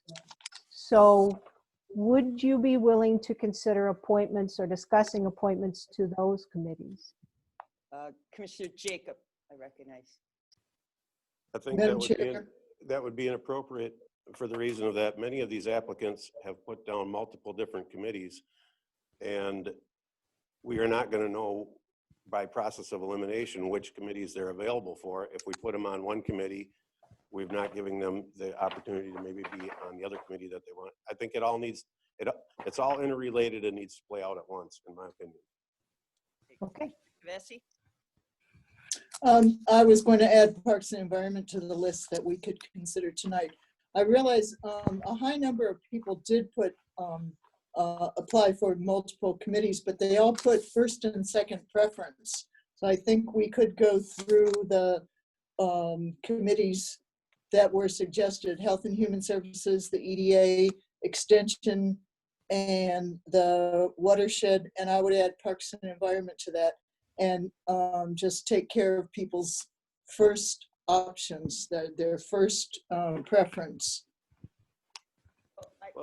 Unfortunately, I see many duplicates, and they are interrelated to our two, you know, land use committees, the Board of Adjustment and the Planning Commission. And so to try and manipulate them tonight, I don't think it's fair. I think if we're going to wait, we wait.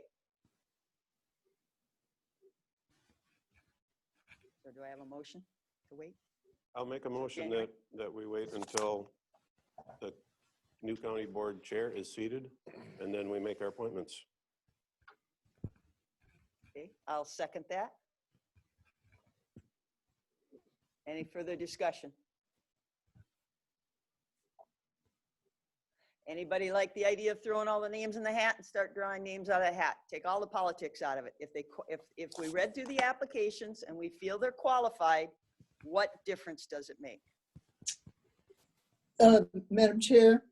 Yes, Commissioner Kavesi. There are some people that have extensive qualifications, whereas other people have meager qualifications. They may have high interest in that area, but to put everybody's name in the hat, I don't feel would be fair.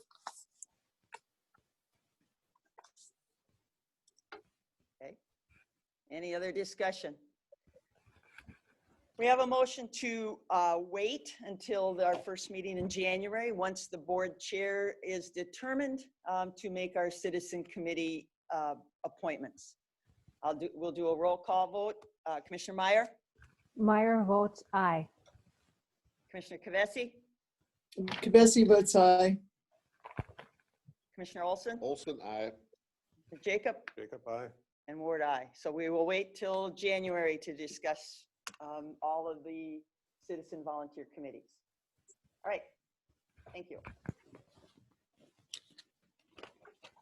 Moving on to approve or deny future agenda item to discuss jail size. And Commissioner Jacob. Yeah, well, I had asked to have this as a future agenda item, given the amount of public input we're given or getting. And what we've seen play out when we made the initial decision to discuss a 78 or 98 bed facility, coronavirus wasn't even hatched. We didn't know anything about it. We've seen a big change in the reality in the last 9 months and what our actual needs are. I think the community is asking us to discuss something smaller than either one of these facilities. And I think we're doing the citizenry a real injustice if we don't revisit this jail size issue.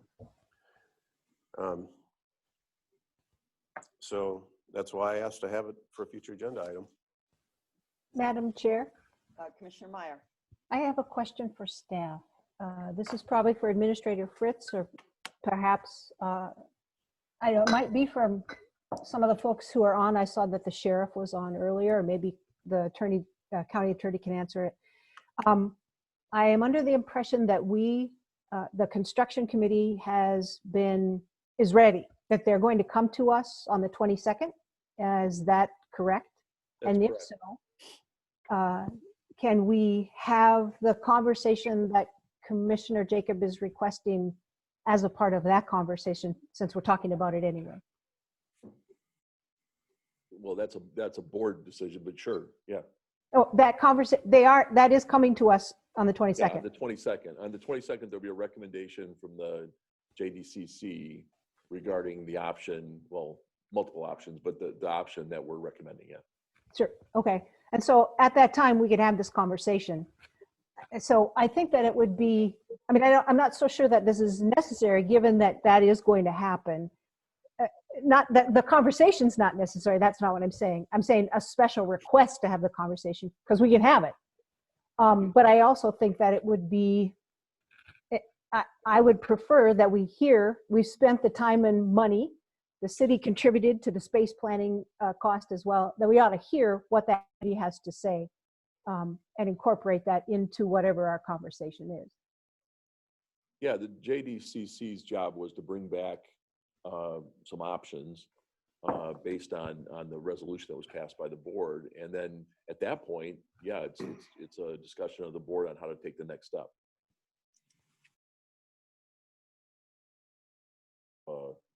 Approving that recommendation, it could be in the form of modifying it, it could be in the form of holding it off and having discussion. Commissioner Olson.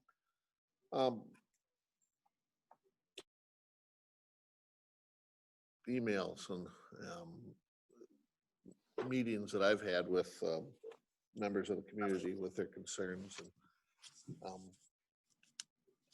and I had sent a request or a question into Administrator Fritz regarding the bonding money that we have and how that can be spent on infrastructure and on programs. And I guess, you know, the building of a jail, future bond would be whatever we would bond for, but we, as it was explained and I understood, and I guess it was one of those questions that I probably already knew the answer for, but we don't bond money for operations. So we wouldn't bond to hire mental health counselors.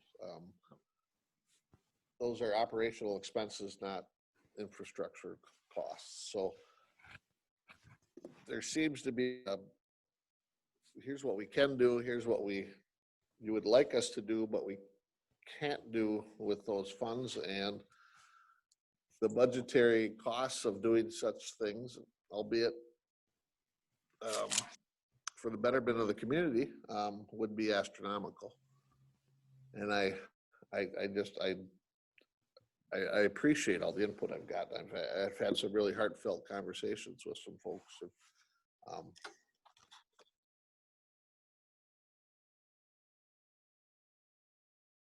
And, and we have some county employees within the jail staff, our county attorney's office, our CJCC, who really do care about the citizens of Winona and about our process. And we are statutorily required to have a facility of some sort. We don't have to have a facility. We have to take care of the. Well, we Dodge have to County have a has no jail. facility. We have to have a jail.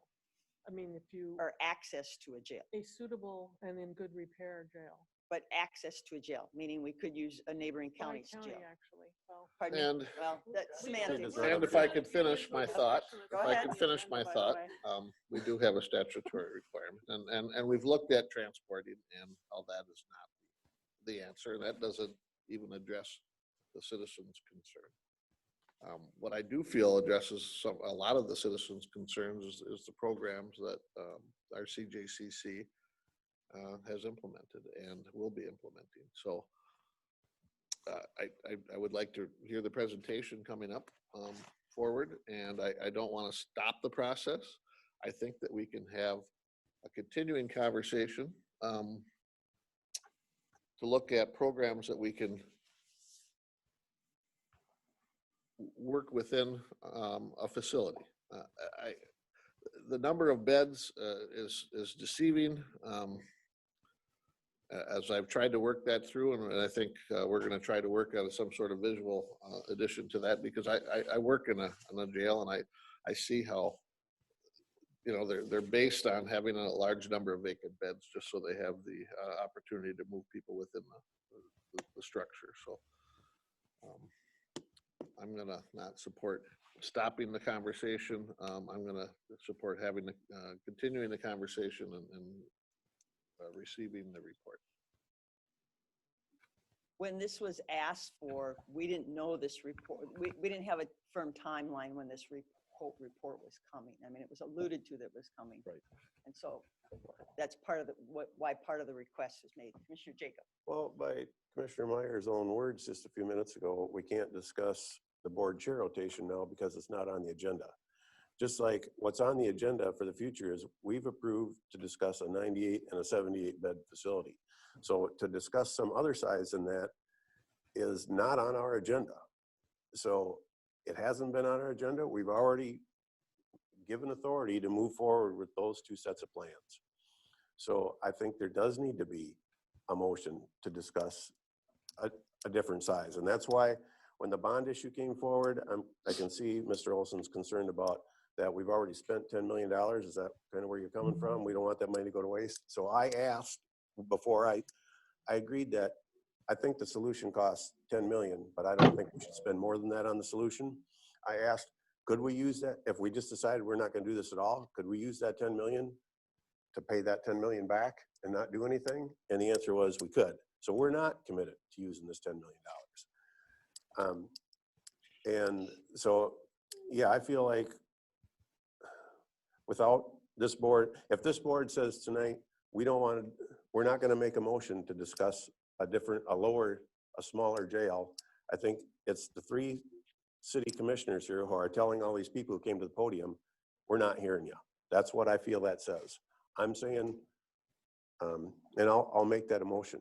I'll make a motion that we move forward with having the discussion. I don't know which meeting we want to say on January 22nd. December 22nd. December 20, I'm sorry, Yeah.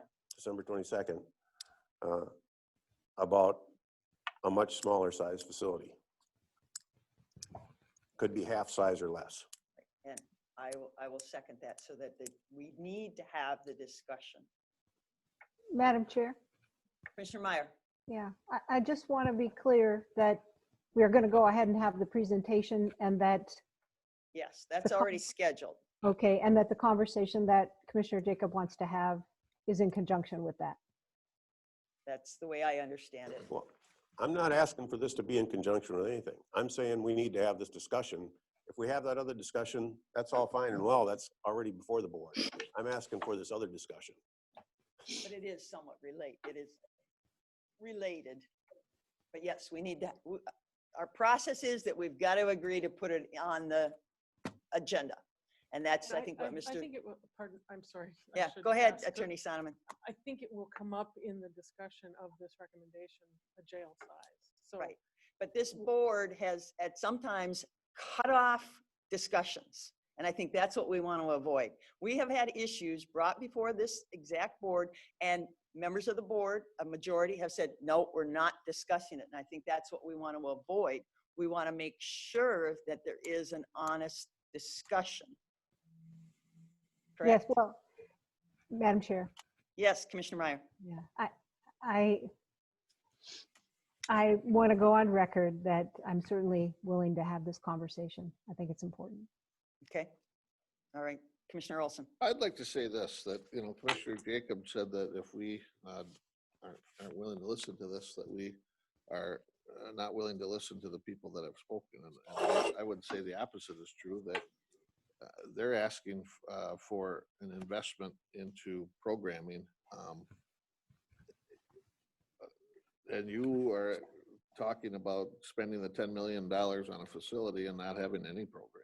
So I'm saying that I'm willing to discuss melding both discussions together. So I'm not denying any of the people that I've spoken with that have emailed me their voice. It sounds like yet a third discussion.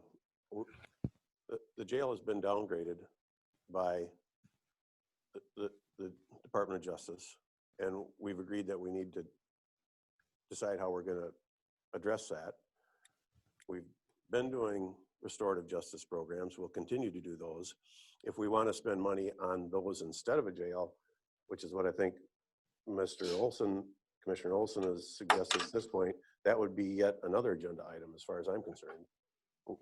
At this point, we've authorized in the past, this board has authorized, we're going to look at 2 different size facilities, and I'm saying I want to look at yet a third size facility.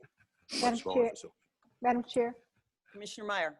I have a board action that I want to talk about later. It will be pertinent to this conversation because I think that there have been very passionate pleas that we need to invest more in social services, in social justice, in housing.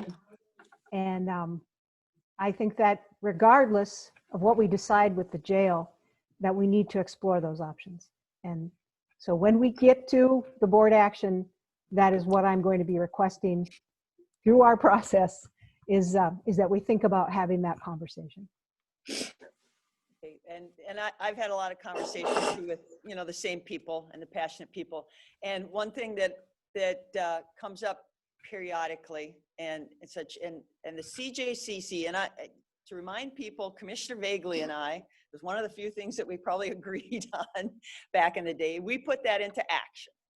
We pushed to get the CJCC and do those things. And they've been doing great things. But in my opinion, not being in that profession or that experienced in it, it's all good work, but it's after they're getting out. They've been in jail. Now we got to do something to make them better citizens, tax paying, housing and everything. We need to step up our game and do something on the front end before they ever get into jail. And I've been working with Blue Earth County Commissioner Vance Sternberg, and I have information, and I brought this before in the past with not real digging into it too much, is their Yellow Line program. Which we actually do. Well, we don't have a nice name for it. Well, and maybe I'm probably not as aware of that, but it's a real concentrated effort, and I haven't had a chance to look at what he sent me. They've got, of course, they got a huge grant, and but it's keeping people out of jail. They don't cross that yellow line. Once they cross the yellow line, they're in jail. We need to keep them out of jail, and I think that's what a lot of the people who have contacted us. I can't Madam Chair. Yeah. Okay, Attorney Sonneman. This is part of what we have been working on really for the last 13 years in the Criminal Justice Coordinating Council is all of the different aspects of before you enter the criminal justice system, at the time you enter it, meaning booked into jail, while you're in jail, and then after. And so we have been examining that. You approved the Stepping Up initiative, which was, trying to reduce the mentally ill in jail, and that was more than several years ago now. So we have been addressing that. We have programs in place. We have crisis intervention that goes, the sheriff's office will call the crisis intervention folks so that we can de-escalate those situations so people don't have to go into jail. So it's really a misnomer to say we haven't been working on that. And that's why. Yes, Madam Chair. Folks talk about what needs to be done. There are steps toward that. And yes, there needs to be more funding toward that. And I agree with everything that each one of you has said. But I think we also need to look at new facilities for people who do have to be in jail and who we don't want them to spend too much time in jail. We want them to get out. Right. When they can't make bond, that we got a lot of people sitting in there that seem to well, be. Well, and then, you've got bail reform. So, I mean, there's a whole, but we're tasked with doing the job. We don't want to spend all night here. Okay, Commissioner Kavesi had a comment. Yeah, I was wondering if the maker of the motion would accept a friendly amendment to say that to discuss a smaller size facility within the presentation from the Jail Design and Construction Committee, because that option is neither a 78 or a 98 bed option, but it's the best recommendation of the committee. And so we are talking about smaller size. I think size will come into the discussion at that time. But I would like to amend the motion to just say that this discussion will occur within the agenda of the presentation from the Jail Design and Construction Committee. I have the motion that I wanted to make. That it needs to be a separate discussion. This board needs to discuss size. All right. And my point is that size will be discussed within the jail construction and design agenda item. I'm satisfied without modifying my motion to vote on it the way it is. Okay, so the motion is that we put a placeholder on a future agenda to discuss December 22nd at this point. Yeah, the December 22nd meeting to discuss jail size. Other than a smaller jail. Yeah, other than the smaller than the 78 or 98 bed proposed facilities. All right, so is everybody clear on the motion? We'll do a roll call. Commissioner Meyer. Boy, I'm having a little trouble. Meyer votes aye. Okay, Commissioner Kavesi. I have a little trouble also because I think, as I said, that when we discuss the agenda item related to the design committee's recommendation, we will be just size will enter into the conversation. So to me, this motion is superfluous. And your vote is? Since I think we're going to have the discussion anyway, I would vote aye. Okay, Commissioner Olson? Aye. Olson, aye. Olson, aye. Commissioner Jacob? Jacob, aye. And Ward, aye. Okay, so we will, administration has that on a placeholder. All right. Next item, 8.5, discuss, approve, modify recommendations for elected officials of 2021 compensation. Madam Chair? Commissioner Meyer. Yeah, I just wanted to ask Administrator Fritz. As I was reading this, we're not actually being asked to approve the salaries. We're being asked to approve the proposed process. Is that right? Well, no. Typically, it's been one and the same. Right. Yeah, I was a little confused. Yeah. Yeah. Sorry. Well, I mean, you could calculate the salaries based on the chart that's on page 532, right? Yeah, the recommendation is the average salary. So Plus 2.5%. and plus 2.5%, yes. Yeah, We have to come back, if you actually approve that, or any version of it, we have to come back with a resolution at the next meeting that then lays out those exact figures.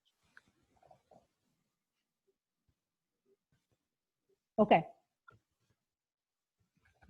Thanks. And my discussion, this is a process that's been put in place a couple years ago.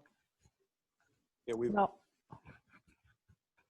yeah. Yeah, to get to the goal was to get to the average. The only thing we did this year that was different was based on the discussion last year about looking at some other indicators other than just the average that may influence what compensation should be.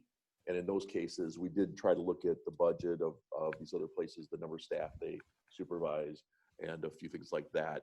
It was difficult, though, as a group to come up with, if you're going to do one, that might benefit certain people. If you're going to do a different criteria, it might, benefit someone else, and so forth. So it really wasn't as effective as we'd like, but we did provide that information, showed the tenure of people in their positions, because that does affect the average over time as those people move in and out of the position. So in the end, we're just using the average for our comparables, and the recommendation is the average plus the 2.5%.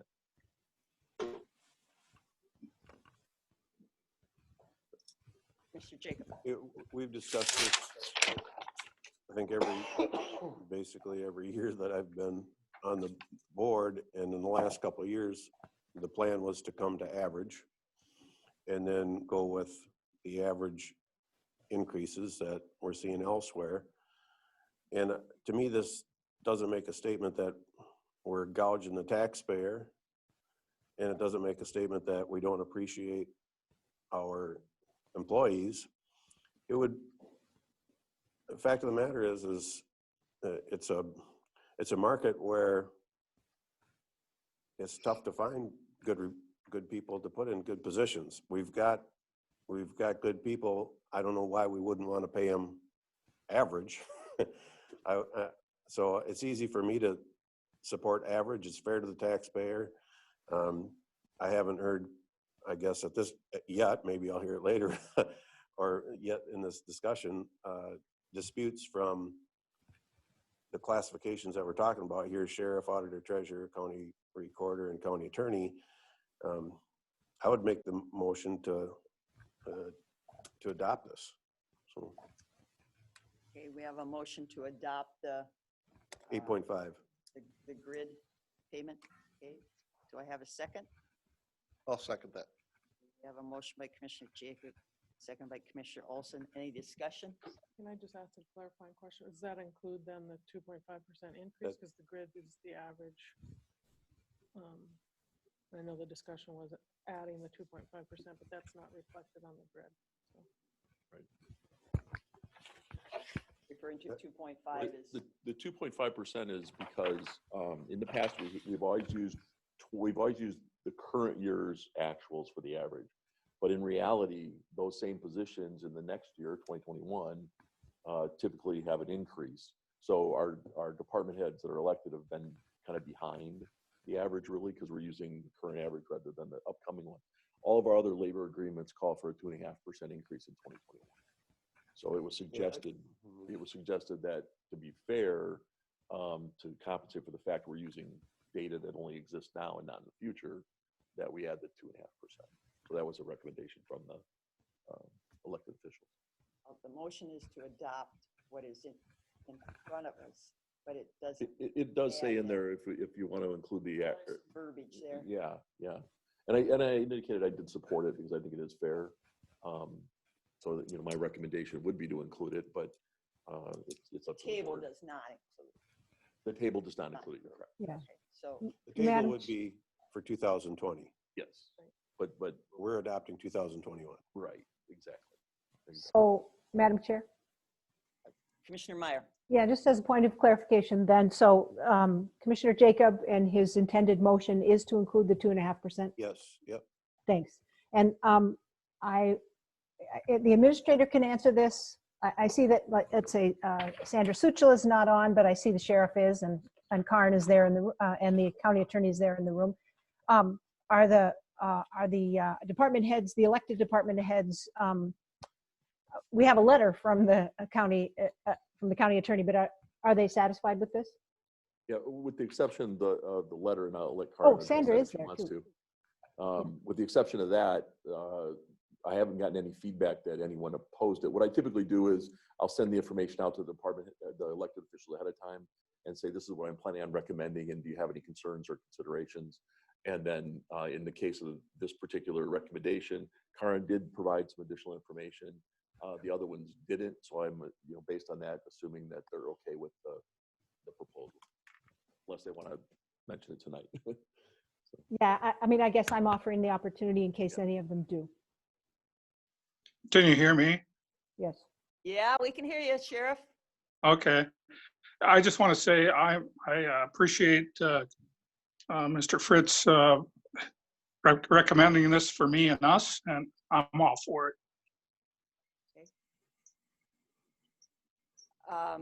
Anybody else? Well, I appreciate it too. Okay. I think I put everything in my letter, and it was written before there were the corrections made to reflect the accurate average based on actually I think my comments. So Yeah, we had included Winona in the average, which threw it off, which is inappropriate for statistics. So.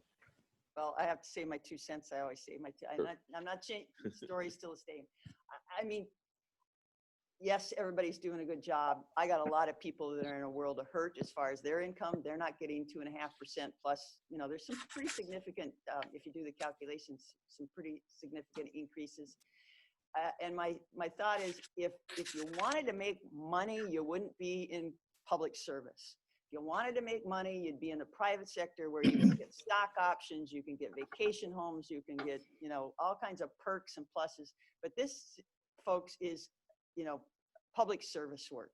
And I have issues with these counties that we compare ourselves to because they're not, I don't know where that ever came from. That predates me and everybody that's sitting in this room, and why we insist on using those, because they are not comparables. Their budgets are way different than ours. Their situations are way different than ours. I consider comparables my neighbors, the Houston. You'd like Olmsted County in there? I would throw them in there because that's what we What do you think that's going to do to it? Well, I think Wabasha and Houston and Fillmore would bring it down when you talk averages. And yes, we compete with Olmsted County for employment. We do. There's a lot of people that drive to Olmsted County for employment. So it's a reality, folks. I guess I just really have never been comfortable with it, and I will continue to not be comfortable with it. So I said my piece, and that's all. That's what I can do. All right, we'll proceed to vote. Yeah, Commissioner Kavesi. Madam Chair.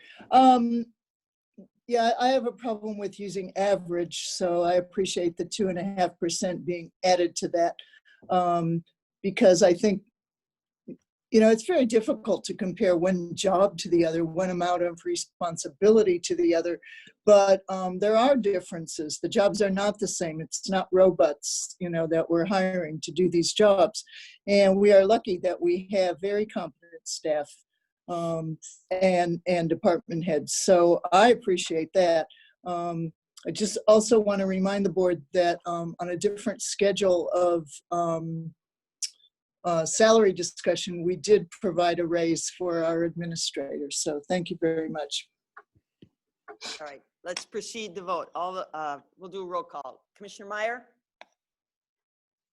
Meyer votes aye. Commissioner Kavesi? Kavesi votes aye. Commissioner Olson? Olson, aye.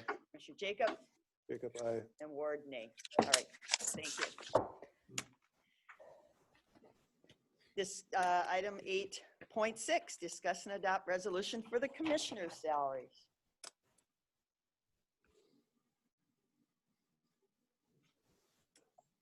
Well, I'll just,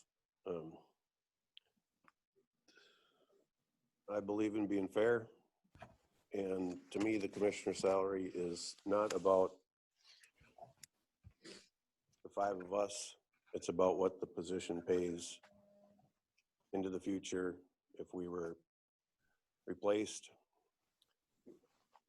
In my view, in order to get the best pool of applicants to run for those positions, you should be the same amount of fair here as you're going to be with the electeds. So I think I'd be hypocritical to say that I think the commissioners should not be on average and everyone else should be on average.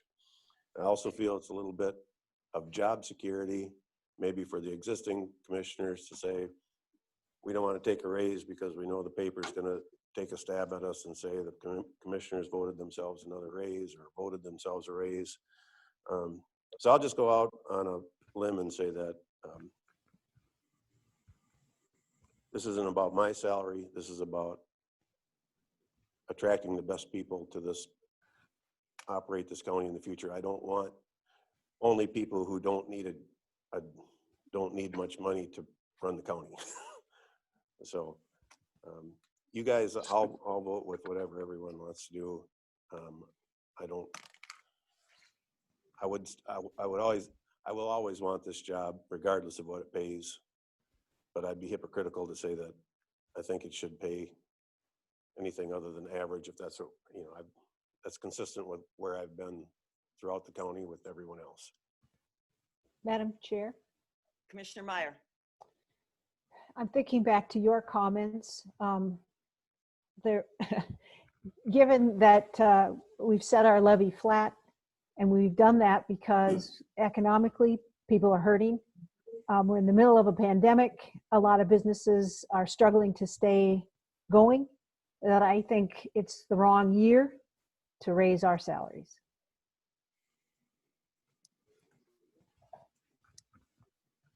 We do have a resolution in front of us that basically it sets it at the same that it has been. I'll make a motion to adopt resolution A.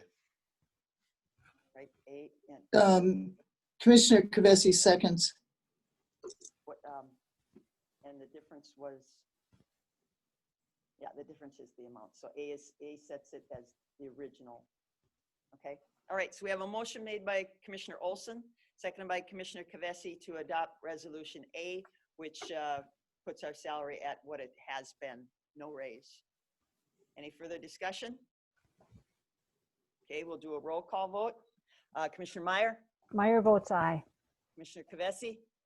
Kavesi votes aye. Commissioner Olson? Olson, aye. Commissioner Jacob? Jacob, aye. And Commissioner Ward votes aye. Thank you. All right. 8.7, discuss and provide direction on the sempra board member. And Buffy was here, but she didn't stick around for this discussion, but that's okay.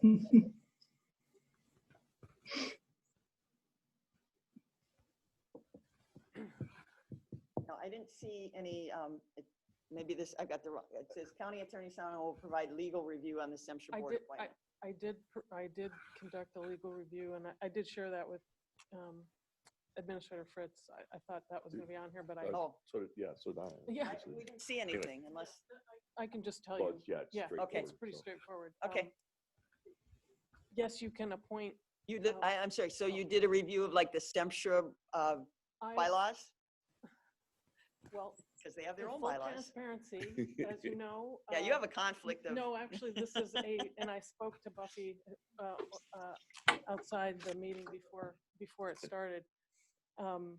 Yes, my husband, Carl Sonneman, is the attorney for sempra, but I felt that this was not a conflict kind of thing. It was just asking a straightforward question. You're not monetarily going to benefit from this decision. Right. Okay. No, it's not going to change things, but it will assist the board in making this decision here. And what it is that there is no special seat for a city of Winona individual on the sempra board, as opposed to the HRA, which does have a city of Winona person. And the 2 seats that the county board gets to appoint can be anybody who lives in the county of Winona. So for instance, Commissioner Ward, I think you have one of those seats. Yes. It does not have to be a commissioner. No. So the one thing I though want to advise you is not to specifically appoint someone as the city council member from the city of Winona who is being appointed by the county of Winona. So if the person that you happen to appoint is a city council member, that's fine. But do not make the appointment specific to the fact that they are a city council member. So that's. And for clarification for the group, the sempra bylaws are that it is a 6-year appointment? And it seemed like there was some other little nuance about it. Yes, I wasn't directed to ask about the length of the appointment. Okay. But there is the opening because. Right, wasn't it Jack Roberts Jack had Roberts, served for many right, years and mhm. he Yeah. resigned Right. from that. Maybe because we aren't taking any action on this tonight, we can just double clarity that the role is for the appointment is for 6 years. Well, the issue that was unresolved last time is whether there was a recommendation for an appointment, and then there was the discussion about whether we should open it up to all citizens, eligible Well, in the that's county. true. We didn't. That hasn't put been it- resolved, so we don't have direction Gotcha. You're right. yet. We standing practice is that all our committees, you're right, we do advertise them on and as Attorney Son said, which is open to anybody that lives, and it lives in Winona County or lives in the taxing jurisdictions of Winona County for sempra. For sempra, I'm not sure about that point, but it again, my advice is do not make because I think there was a discussion about wanting a city council member. Right. We didn't want to tag it. Avoid making a specific vote that this person as a city council member is being appointed, just that they live in the city of Winona and they're a county resident and Express some interest. So, Madam Mr. Chair? Fritz, you're looking to see if we need to put this in a form of a open application process? Well, I think Commissioner Meyer wanted to address that. Okay. Yep. Commissioner Meyer. Yeah, thank you, Madam Chair. Thank you, Administrator Fritz. Yes, I'll try it this way. I'd like to see us, I think probably we didn't get enough volunteers for all the committees. So probably after we talk about it in January and make the appointments, we're going to have to go back for some of those committees and do appointments again. I'd certainly be fine with waiting until that time, but I would like us to put this committee appointment with those if the rest of the board agreed. Okay. I think that makes total sense, personally. So we would then advertise for that committee. Along with any other committees that we need. So we would add it to our list and just complete the, okay, great. Yeah. Now, does the board want me to make that in the form of a motion and vote on it, or are you okay with it? Are we all okay with that? I think it should be in the form of a motion because of the discussion previously. Okay. Would you put that in a motion? Oh, Yeah. Commissioner Jacob has a question.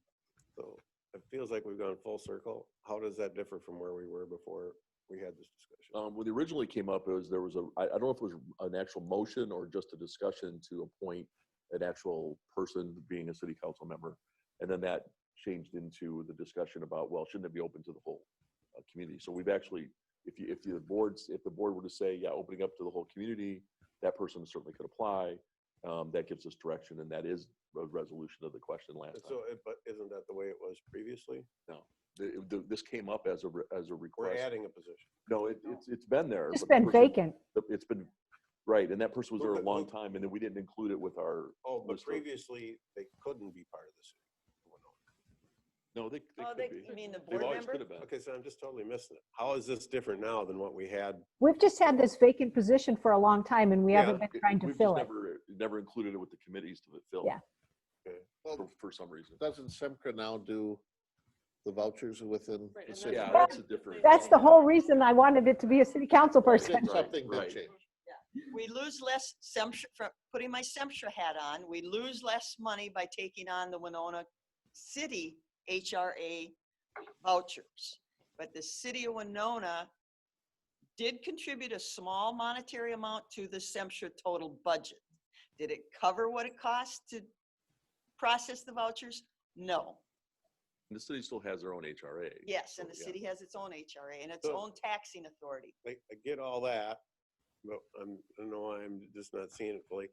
Isn't that, we're only bringing light to that, this position's been vacant. Right. And it's open to the city, which it previously was. And if we don't do anything, it reverts back to the way it was, which is this position's vacant and it's open to anyone. Right, but we haven't been advertising it. Yeah. But Yeah. mixed in that discussion was the seat a city So of that's how I Winona? feel like we went full circle on it. Kind of. Jacob. Yeah. Part of that discussion was the seat we were filling, was that reserved for the city? Well, we were of trying, Winona? that's where we were trying to go with it, but the Right. attorney just said we can't do that. Well, right, we can't. Now we're back where we were, which I feel like we should do nothing, and we're there. No, if we do nothing, we won't appoint anybody. We Yeah. need to No, it's- advertise. The position's vacant, and we should try to fill it, just like we always do. Right. Yeah. but then the We path- should advertise and fill the position. For whatever reason. Yep, so my motion All right, your is motion. that we add the second sempra seat to our committee appointment process. And Okay, I'll advertise second it that. as we do other committee members. Okay, all right. And we have a motion by Commissioner Meyer, second by Commissioner Jacob. Are we all totally confused now? All right, we'll do a roll call. Commissioner Meyer, Meyer votes aye. Commissioner Kavesi, Kavesi votes aye. Commissioner Olson, Olson, aye. Jacob, Jacob, aye. and Ward votes aye. Thank you. All right, thank you very much. 8.8, receive monthly finance and budget update for October. Pat, are you with us? Yep, can you hear me? Yes, thank you. Okay, I'll start with the October update. The cash started at 9 million. Actual revenues were 734,000. Actual expenses were 1.7. Ending cash was 8 million. For the total year, it started out as 13.4 million. Actual revenues were 11.5. Actual expenses were 16.9. Actual cash again was 8 million. Variance in just the general fund was a negative 5.3 compared to a last year at a 5 million even. If you go down to the bottom, it was a negative for all the funds that are being presented here, a negative 8.3 million compared to a 5.3. I do want to point out that community services is at the end of October was a negative 2.8 million. Looking at November right now, they're almost like even. I think they're negative 20,000, but that also is about 500,000 behind last year. Any questions on this document? Wait a minute, you said behind, to the better or the Worse. worse? Yeah, I was gonna say worse. Yeah. And Yeah. why do we think that is? We have a reason? That's It's not one reason. Because you didn't forego your salary. I forgot my salary. There are some issues. Are they with- COVID related or we're not getting reimbursements? Yes. Okay. There's certain parts that are based on revenue that we're not getting because of COVID, because the way the revenue structure is, and when you do more appointments and in person and so forth, you get more funding reimbursement. There's also some issues. We've had a lot of out-of-home placements, more than our budgeted that we have in there. Pat, do you remember, we just talked about this last week, so there's like 5 or 6 different things like that are affecting it, and that's where we're looking at right now. Yeah, we're looking at that. One was the out-of-home placements are higher than what we actually had budgeted for the previous year. We actually are down in our waiver services related to just clients that our staff aren't actually going out, and so the time there's less time for the billable time. Trying to think what some of those others are. I think there is one that's a delay in payment, so that means the timing of revenue that hit one last year at one time, and this year. I could probably go through the other ones, but it's part of it is COVID, and part of it is just again, different circumstances for the year. Are we going to? Madam Chair, may I speak? All. Hello? I'm not sure what's going on there. We expect that HHS would be down at the end of the year, probably about $500,000. Hard to tell because like Pat said, it's not all in one place. It's not one issue. It's kind of spread throughout the budget and both on the revenue and expense side. So yeah, it's not reimbursable. Federal government not stepping up, or is it the state government as far as revenues? Well, it has to do with the way, in some cases, it has to do with the way the formulas are. Yeah. And because they rely on you to do those contacts and do certain things. In other cases, it's more that we've spent, like out-of-home placement. So it kind of depends, it really depends on which line item you're looking at, whether it's a federal or state or just a. Well, and did we save any of that COVID money for these exact type of things? Yeah, Is there- technically, if you think kind of just how that relates to it, the money that was earmarked for what we call like salary diversion. So in other words, people who were diverted into doing COVID stuff, like the county attorney, myself, everybody else that was anything that was affected by COVID. That money is separate and is in the COVID fund, the CARES fund, and won't be allocated back to the budget until after it's audited. So when somewhere in 2021, once the audit's done, if that money's, seemed or claimed to be eligible and verified, which it should be, yeah. Because we kept track of it, then that money actually would be applied to the reserve and therefore wipe out that $500,000 negative for 2020. Yeah, and that's show up in You 2021. can put it in a high interest bearing account. I don't know if there's such a thing right now. Been looking. But yeah, it wouldn't hit till 2021 though. Yeah. So. Okay. Madam Chair, Madam Chair. Yeah, I believe that Ms. Sanis is trying to get our attention. Oh, I'm sorry. She I wants to don't say see her. something? Yes, no, and I also wanted to add too that because of COVID, we haven't been able to do fingerprinting also for our foster care placements and a lot of our facilities that take kids. So with our expenses and out-of-home placement being higher, our revenues from 4E should be higher, but we're not able to claim those 4E revenues due to the lack of fingerprinting because those facilities require an Adam Walsh background check. And so we are not being reimbursed at the rate that we should be at this point. That was another point within our budget that I've been watching. So I just wanted to provide that additional information. And as you recall, that was related to the DHS's not notifying the counties of that requirement and getting that done last year before COVID even hit. If you remember, that was when they were delayed, and they gave the responsibility to us to start fingerprinting these institutions, and all the payments to those institutions were disallowed if they're not fingerprinted. The background check's not done. So, Sheriff, you're on the line. Can't you fingerprint them? Come on, help us out here. You have to go through the background check. Yeah, it's not Sheriff Ganner is going to assist us in any of this. Even if we do fingerprint, they're not processing the background checks up at DHS right now. We're about 75,000 backlogged throughout the state of Minnesota that need to be processed. So we again are in this with all the other counties in the state of Minnesota. So and I'm not trying to be critical of you, but we've got to put pressure up the food chain then because all counties are in the same. All the counties are, yeah. Yeah, we are. We're meeting Who's constantly. that commissioner? Pardon me? Who is the commissioner of Department of Human Services these days? Commissioner Harpstead. Yeah. Well, I think the county board should address a letter to them and copy our legislators and say, hey, this is not acceptable. I mean, how much? Put some dollars and cents to it.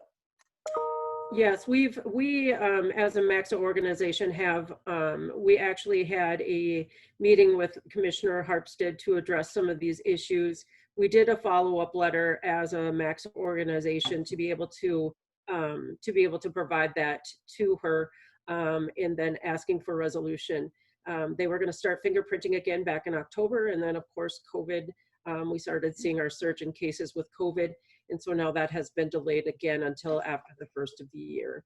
We are working on getting our own fingerprinting machines within HHS, so we are not having to rely on our sheriff's department. And we're looking at trying to get that free of charge, and we will be reimbursed. It's a nominal rate, but at least it's some reimbursement to be able to provide that service to the entire county and not just Health and Human Services and daycare providers. So. Well, it sounds like it's a glitch, and I think we should put some pressure up and copy our local legislators so they know, because it's not just us, it's got to be every county that's faced with that. It's not fair. I know life's not fair, but I mean, we got to push where we got to push. All right, so Ken, if you could, and Mr. Fritz, if you can get some figures, something I could come can before talk the to board. Karen about it. And Karen, just, we don't have it on as an update on the agenda, but it's part of the same thing. We still haven't gotten, or DHS still hasn't resolved that issue of the money they say we owe them. No, for the substance use disorder in the Institutes for Mental Disease, we still have not gotten relieved of that financial responsibility. Pat and I continue to monitor those bills. They're being sent monthly. We are not paying what is owed for the back pay. Madam Chair? Madam Chair? Yes, Commissioner Meyer. I can share that at the MICA meeting, there was quite a big discussion about this, and this has been moved to one of the top 5 for that organization to actually not just the clawback that's there, but to create legislation that would hold counties harmless when HHS makes mistakes. Okay, all right, thank you. All right, Pat, you got any more good news? Well, I have 2 more other documents to discuss yet tonight. Actually, the summary cash flow started at 16.5 million. Actual revenues are 26.8. Actual expenses are 35 million. Ending cash is 8.4. The variances are the same as the previous document. Any questions on this document? If not, we can go to the summary budget. Summary budget. The year is 83% complete through October. 2 of the funds are actually over that amount for expenses at this point, and that would be general fund and human services. And one of those things that, like we were talking before, is that's causing a little bit of this increase is some of those expenses we talked about, and also the COVID expenses that we have it in this fund, but it actually hasn't been reimbursed and won't be reimbursed until we actually go through our audit. Right, any questions on that? Okay, thank you. Thank you. Well, I got, comes to mind, I got county attorney sitting there. Have we got that big opioid check yet? They're still working on the settlements and potential settlements. Okay. But they keep postponing because of COVID, the trials. And what was it? One of the companies did declare bankruptcy. Yeah, I can't remember which one. I think it was one of the big Pharma, ones. Yeah, Pharma. I think you're right. So that is still ongoing, but yeah. So we haven't got the checks. Not some in of the mail. pressure is, gets pushed off because the trials get rescheduled. So. Okay, well, it's just something I know. But it's there. It's there. I It's mean, there. Maybe we'll get a big windfall like when we had the tobacco 7 thing. years or something. I don't know. Okay, all right. Thank you. Yeah. All right, let's see. Commissioner Meyer, you had an update from the MICA. If you had any Yes. more, you shared some. Thank you. Yeah, Anna I Bourne. did. Right. So the budget forecast actually looks better than it had. And the recognition is that the revenues at the state level have for sales tax from tax have been better than was expected. And it is certain industries that have been affected, and many industries are actually doing pretty well, which is why things are looking better than they have been. So I did see on the news right before the meeting started that there is anticipation that the state legislature is going to bring forward some relief. And what I saw on the news tonight, but this is what Matt Massman said at the meeting, is that there will be a component that will come to us at the county level to distribute in the same way that we had CARES money to distribute. So I think we'll have more of that to come in the near future. And the other thing that I wanted to share with you is that, of course, there's been less money dedicated to roads and bridges, but that as well is not quite as low as they thought it would be. They thought that it would be 15% lower than expected, and now they're saying that it will be maybe 9% lower. So there will be a little bit more money for roads and bridges, though still not as much as anticipated, really due to the economic downturn.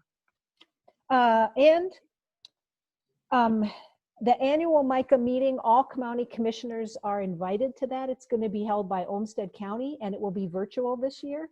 And it will be in January, I think on the 21st. So you will all be invited to that. All right. And you had board action item? Yes, thank you. You could see the passion that has been expressed by the residents and constituents who have come to our meeting. And we've all been getting emails from them, but I've been having exchanges, and I know that a number of us, maybe all of us, have met with them on Zoom to talk about their concerns. And I may not fully understand everything that the CJCC does, but I think that I am hearing that some of what is being asked for is separate and different from what our CJCC does, and that it is separate from any involvement with police or with law enforcement. And I would think that it could potentially be done maybe by our Health and Human Services Department in concert with or coordinated with, but alongside of the CJCC, and not necessarily what the not necessarily exactly what the CJCC does. Anyway, I attended the AMC Fall Policy, the Public Safety Committee meeting, and we saw a presentation from Dakota County. I think that they're doing some things that are maybe a little bit similar to what's being asked for. Anyway, I think regardless of what moves forward with the jail, I would like to have a separate conversation about social justice, criminal justice, about the social services that these individuals that are coming to us are interested in. Now, our budget is set for next year, but I think that gives us some time. So what I'd like us to do, I don't know that it has to be on the 22nd, but I mean, the next step for us in our process is that if I can get one of you to agree that we need to further have this conversation and see how we might advance some of these efforts, then we'll have a conversation with the whole board and see if a majority of the board is in favor of this. So that's really what I'm asking for. Yeah.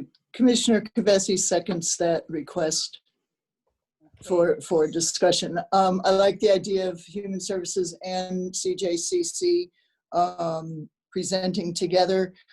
Some of the things CJCC has been able to do is because of federal grants. And I don't think those are sustainable. We cannot continue to rely, although we've done extremely well in grant applications. I think that's an issue that needs to be looked at in terms of some of the options that CJCC currently carries out. Okay, so that would be a future, Mr. Fritz, you have that? Yeah, future discussion to decide whether you want to go forward. Right. Okay. Yep. All right. Let's see, Commissioner Kavesi, you did not have anything tonight, right? No, not tonight. Okay. All right. Let's see. Two things. Tomorrow we have the MCIT annual meeting, and again, that's a virtual meeting, and you would have had to sign up for that, and so that will be going on tomorrow. And let's see, Commissioner Kavesi will cover us at the SHAC meeting, which is a quarterly meeting. And then I also have a future board action to ask, as I did it at my comments at the beginning, to ask the county attorney, or to agree, to ask the county attorney to work with the Minnesota Attorney General's office in regards to any future actions required to resolve collusion, open meeting laws, or anything related to that have happened on this county board. I'd second that. Okay. All right, so that will come back for discussion to the full county board. Do Unless you have a timetable on that? tomorrow. Because the 22nd looks pretty full, so. Well, it has some urgency, in my opinion, All right. and maybe I'll take the county attorney's consideration there. Could you, I mean, what you're asking for is a subsequent meeting to discuss it, to determine Well, I whether you can't- want to ask for it, right? Yes, Or- Right. Whether we're going to be directed Unless- to do it. Yeah. And I could be so bold to just approach them myself, but that isn't the way this board has always acted. I understand. Yeah. I guess if you could articulate, and I know it's late, I don't want you to do it tonight, but just, you know, in terms of some more specific details, so I can start something and think and give some thought to it. Okay, So, thank you. okay, thank you. All right. Anything else to come before the Winona County Board this evening? Oh, Bob Amenick's here. Bob stuck around. Thanks, Bob. I've been next door through the evening in case you had, people here that we would be observing the 6 feet, which last year Commissioner Olson reminded me, and I appreciate that. And I've tried to keep that in mind always. I was trying to get on, and I think that I was just overlooked. Oh, I'm sorry. I sincerely want to thank all of you for the comments this evening, for your comments, Commissioner Jacob. Very much appreciated. But it goes back to Administrator Fritz for working on this at various times throughout the past year, and to try to bring some other counties and positions that were similar into the mix. And his time and all the work that he did is very much appreciated. And I want to share in the financial news this evening on the accomplishments for the office. In mid-November, we had achieved the projected revenue for our main revenue account. We have several, and that was $135,000. We're going to be quite a ways beyond that at the end of December.